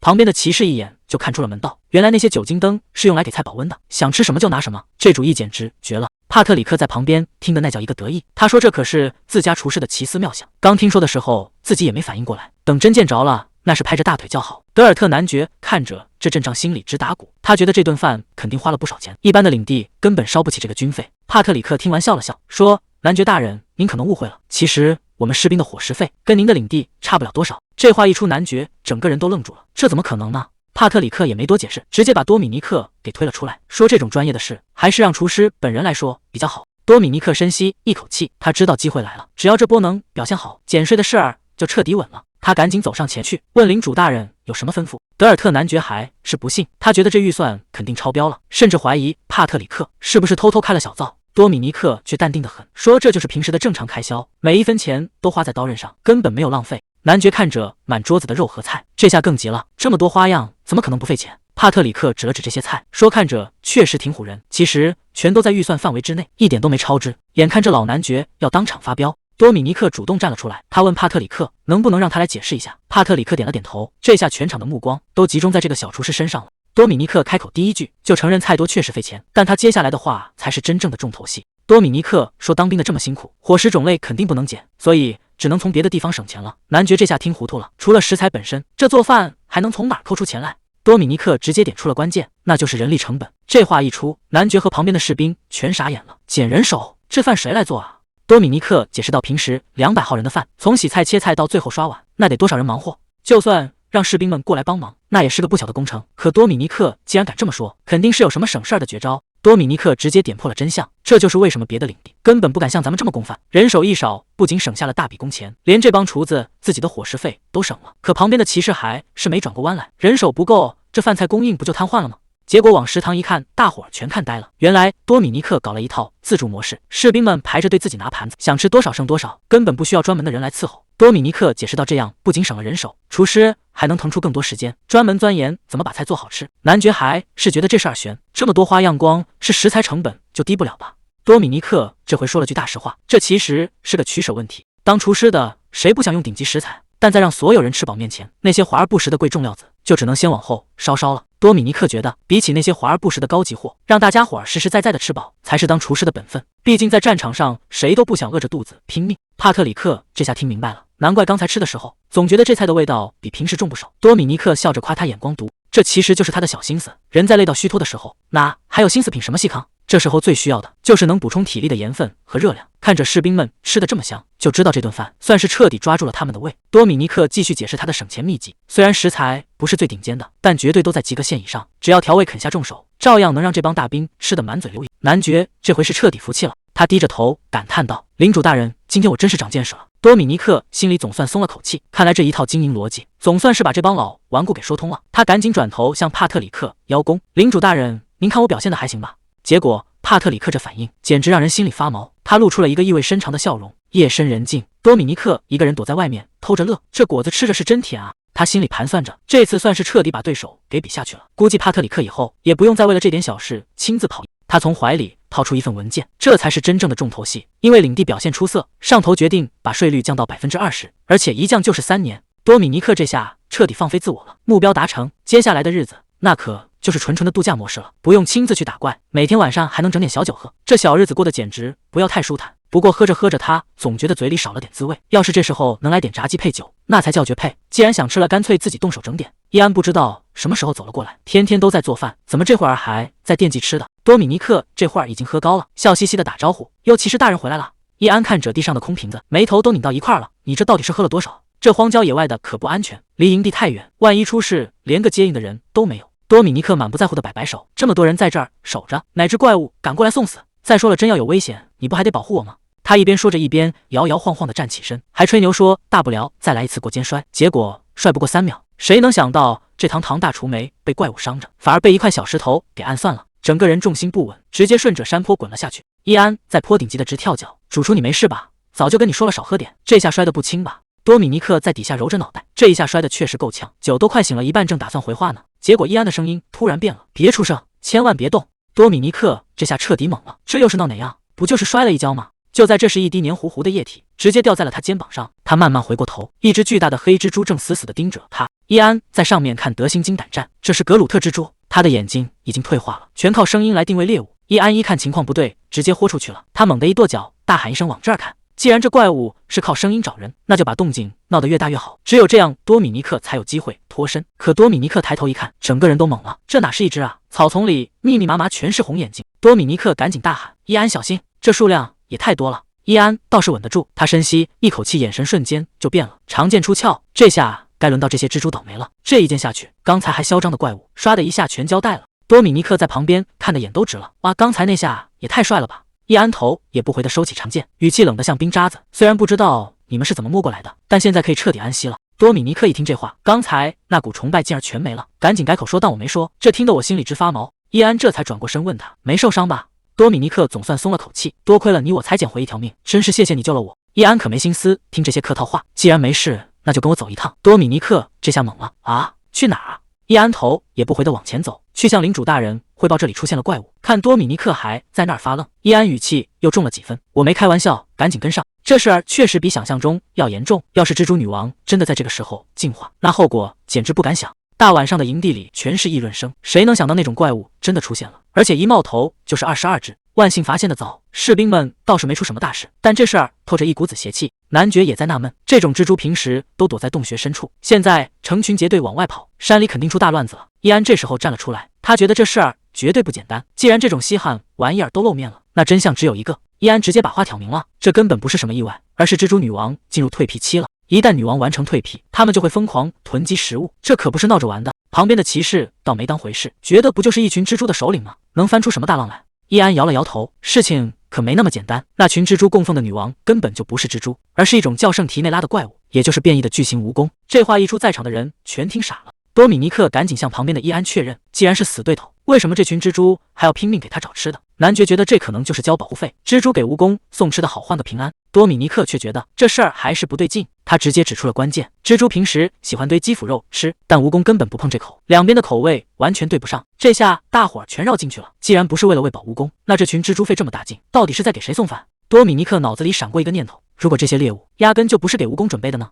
他这话把旁边的帕特里克听愣了。多米尼克接着推测，他们可能是在喂养别的怪物，想借别人的手把蜈蚣这个死对头给解决掉。这下事情可真闹大了。帕特里克1秒都等不了，他当场下令，马上调集最厉害的精锐，组建一支侦察队。这次的任务只有一个，必须把蜘蛛和蜈蚣背后的秘密给彻底挖出来。如果有机会，直接把那只大蜈蚣给宰了。但这事儿还没完，帕特里克话锋一转，最后还得带上一个人。多米尼克这下彻底懵了，怎么数到最后竟然数到自己头上了？还没等他反应过来，手里就被硬塞了一把长剑，这下真是赶鸭子上架。多米尼克心里1万个不乐意，这摆明了是要他的命啊！可伊安根本不吃这一套，直接一盆冷水扣下来。现在想跑，那可是要按军法处置的。多米尼克还在那儿碎碎念，觉得自己又不是当兵的，凭什么要听这种玩命的命令？可惜抗议无效，这汤浑水他是非踩不可了。伊安这招更绝，直接宣布多米尼克现在就是正规军了。多米尼克当场就炸了，这规矩谁定的？怎么从来没人跟他打过招呼？反正横竖都是个死。多米尼克干脆破罐子破摔，伊安赶紧出来打圆场，说只要他能帮忙盯着虫子的动静，大伙儿肯定会保他平安。多米尼克心里直犯嘀咕，想当年服役的时候，天天帮长官抓蜈蚣补身体，谁能想到这抓虫子的手艺现在居然成了保命的本钱。就在这时，头顶突然传来一阵刺耳的尖叫，多米尼克吓得魂儿都快飞了，还以为是哪来的老鹰。伊安却一眼认了出来，那是飞龙，估计是到了发情期才跑出来的。还好这玩意儿离得远。多米尼克刚想松口气，伊安就给他泼了盆冷水。天黑之前必须把蜘蛛老巢给找出来。话音刚落，前面的侦察兵就有了发现，还没等走近，一股恶臭就扑面来，这味道简直能把人直接熏死过去。怪不得大伙儿找得这么快，原来这儿就是个乱葬岗。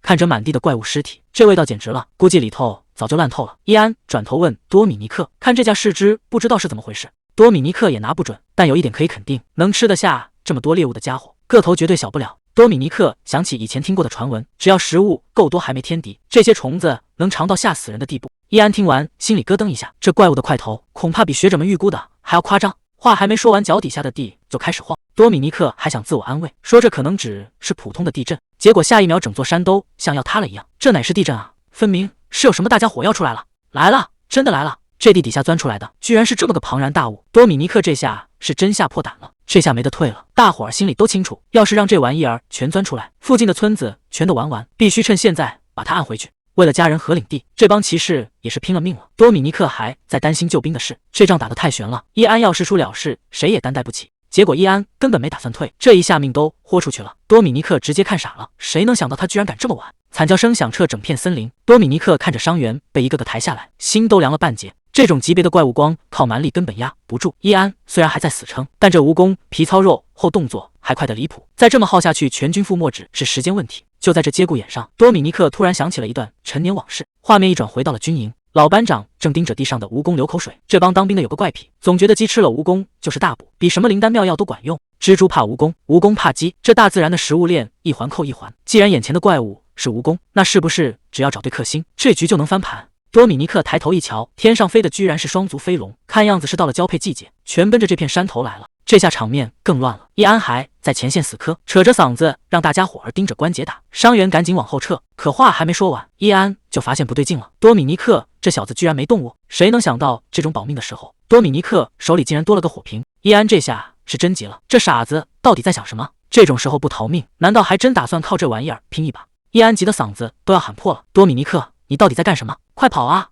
结果多米尼克这一出手，直接让所有人心里凉了半截。这下扔歪了，麻烦可就真的大了。明明是你先吼我的，现在让我趴下。话音刚落，伊安腾空而起，就在这节骨眼上，他竟然在半空中抓住了最后的胜算，反手就是一记重击。这一下火光冲天，这怪物就算再硬，这回也得脱层皮了。这一把火烧的确实够旺，那怪物被烫得满地找牙，看样子这波配合是打成了。多米尼克赶紧跑过去问：“你没事吧？”伊安这下火气比那怪物还大，你这臭小子居然真敢往我身上扔火弹，你知不知道对上司动手是什么后果？话还没说完，多米尼克直接上手拽人了，都什么时候了还在这儿摆谱，赶紧找地方躲起来。伊安还在那儿不服气，放开我，战斗还没结束呢。结果多米尼克根本不听他废话，硬生生把他给拖走了。毕竟现在逞英雄那纯粹是嫌命长，这下麻烦大了，天上居然飞来了一群飞龙。伊安这下是打算拼命了，可多米尼克在后边看得一脸懵，这都什么时候了，你居然还打算冲上去硬刚？那些鸡都来了，你凑什么热闹啊？伊安听得一头雾水，什么鸡？多米尼克这下彻底无语了，这可是常识啊，蜈蚣吃蜘蛛，鸡专门吃蜈蚣，现在这场面真正要疯的人是我才对。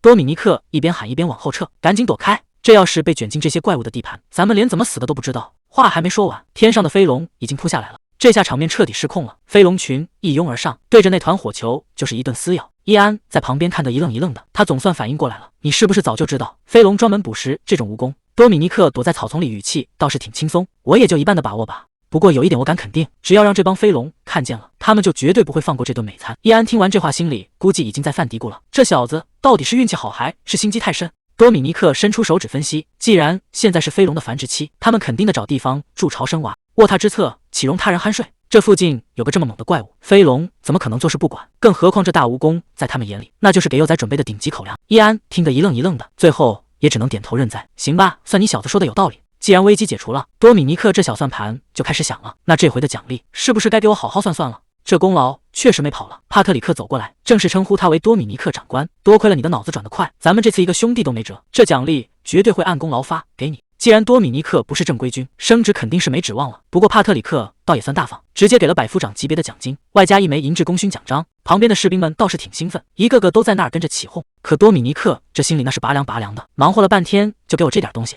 这跟他预想的差的也太远了，这下真是亏大了。至于那位伊安大人，估计奖励只会比这更丰厚。可多米尼克现在哪有心思管别人？看着手里这块亮晶晶的铁疙瘩，他是越看越愁。这玩意儿又不能当饭吃，这玩意儿除了沉，真是一点实际用处都没有，纯粹就是个砸脚的铁疙瘩。伊安这时候走了进来，看他这副嫌弃的样子，忍不住问他，这回又是哪儿不满意了？多米尼克坐起身子，随口问了一句：“你现在还是指挥官吗？”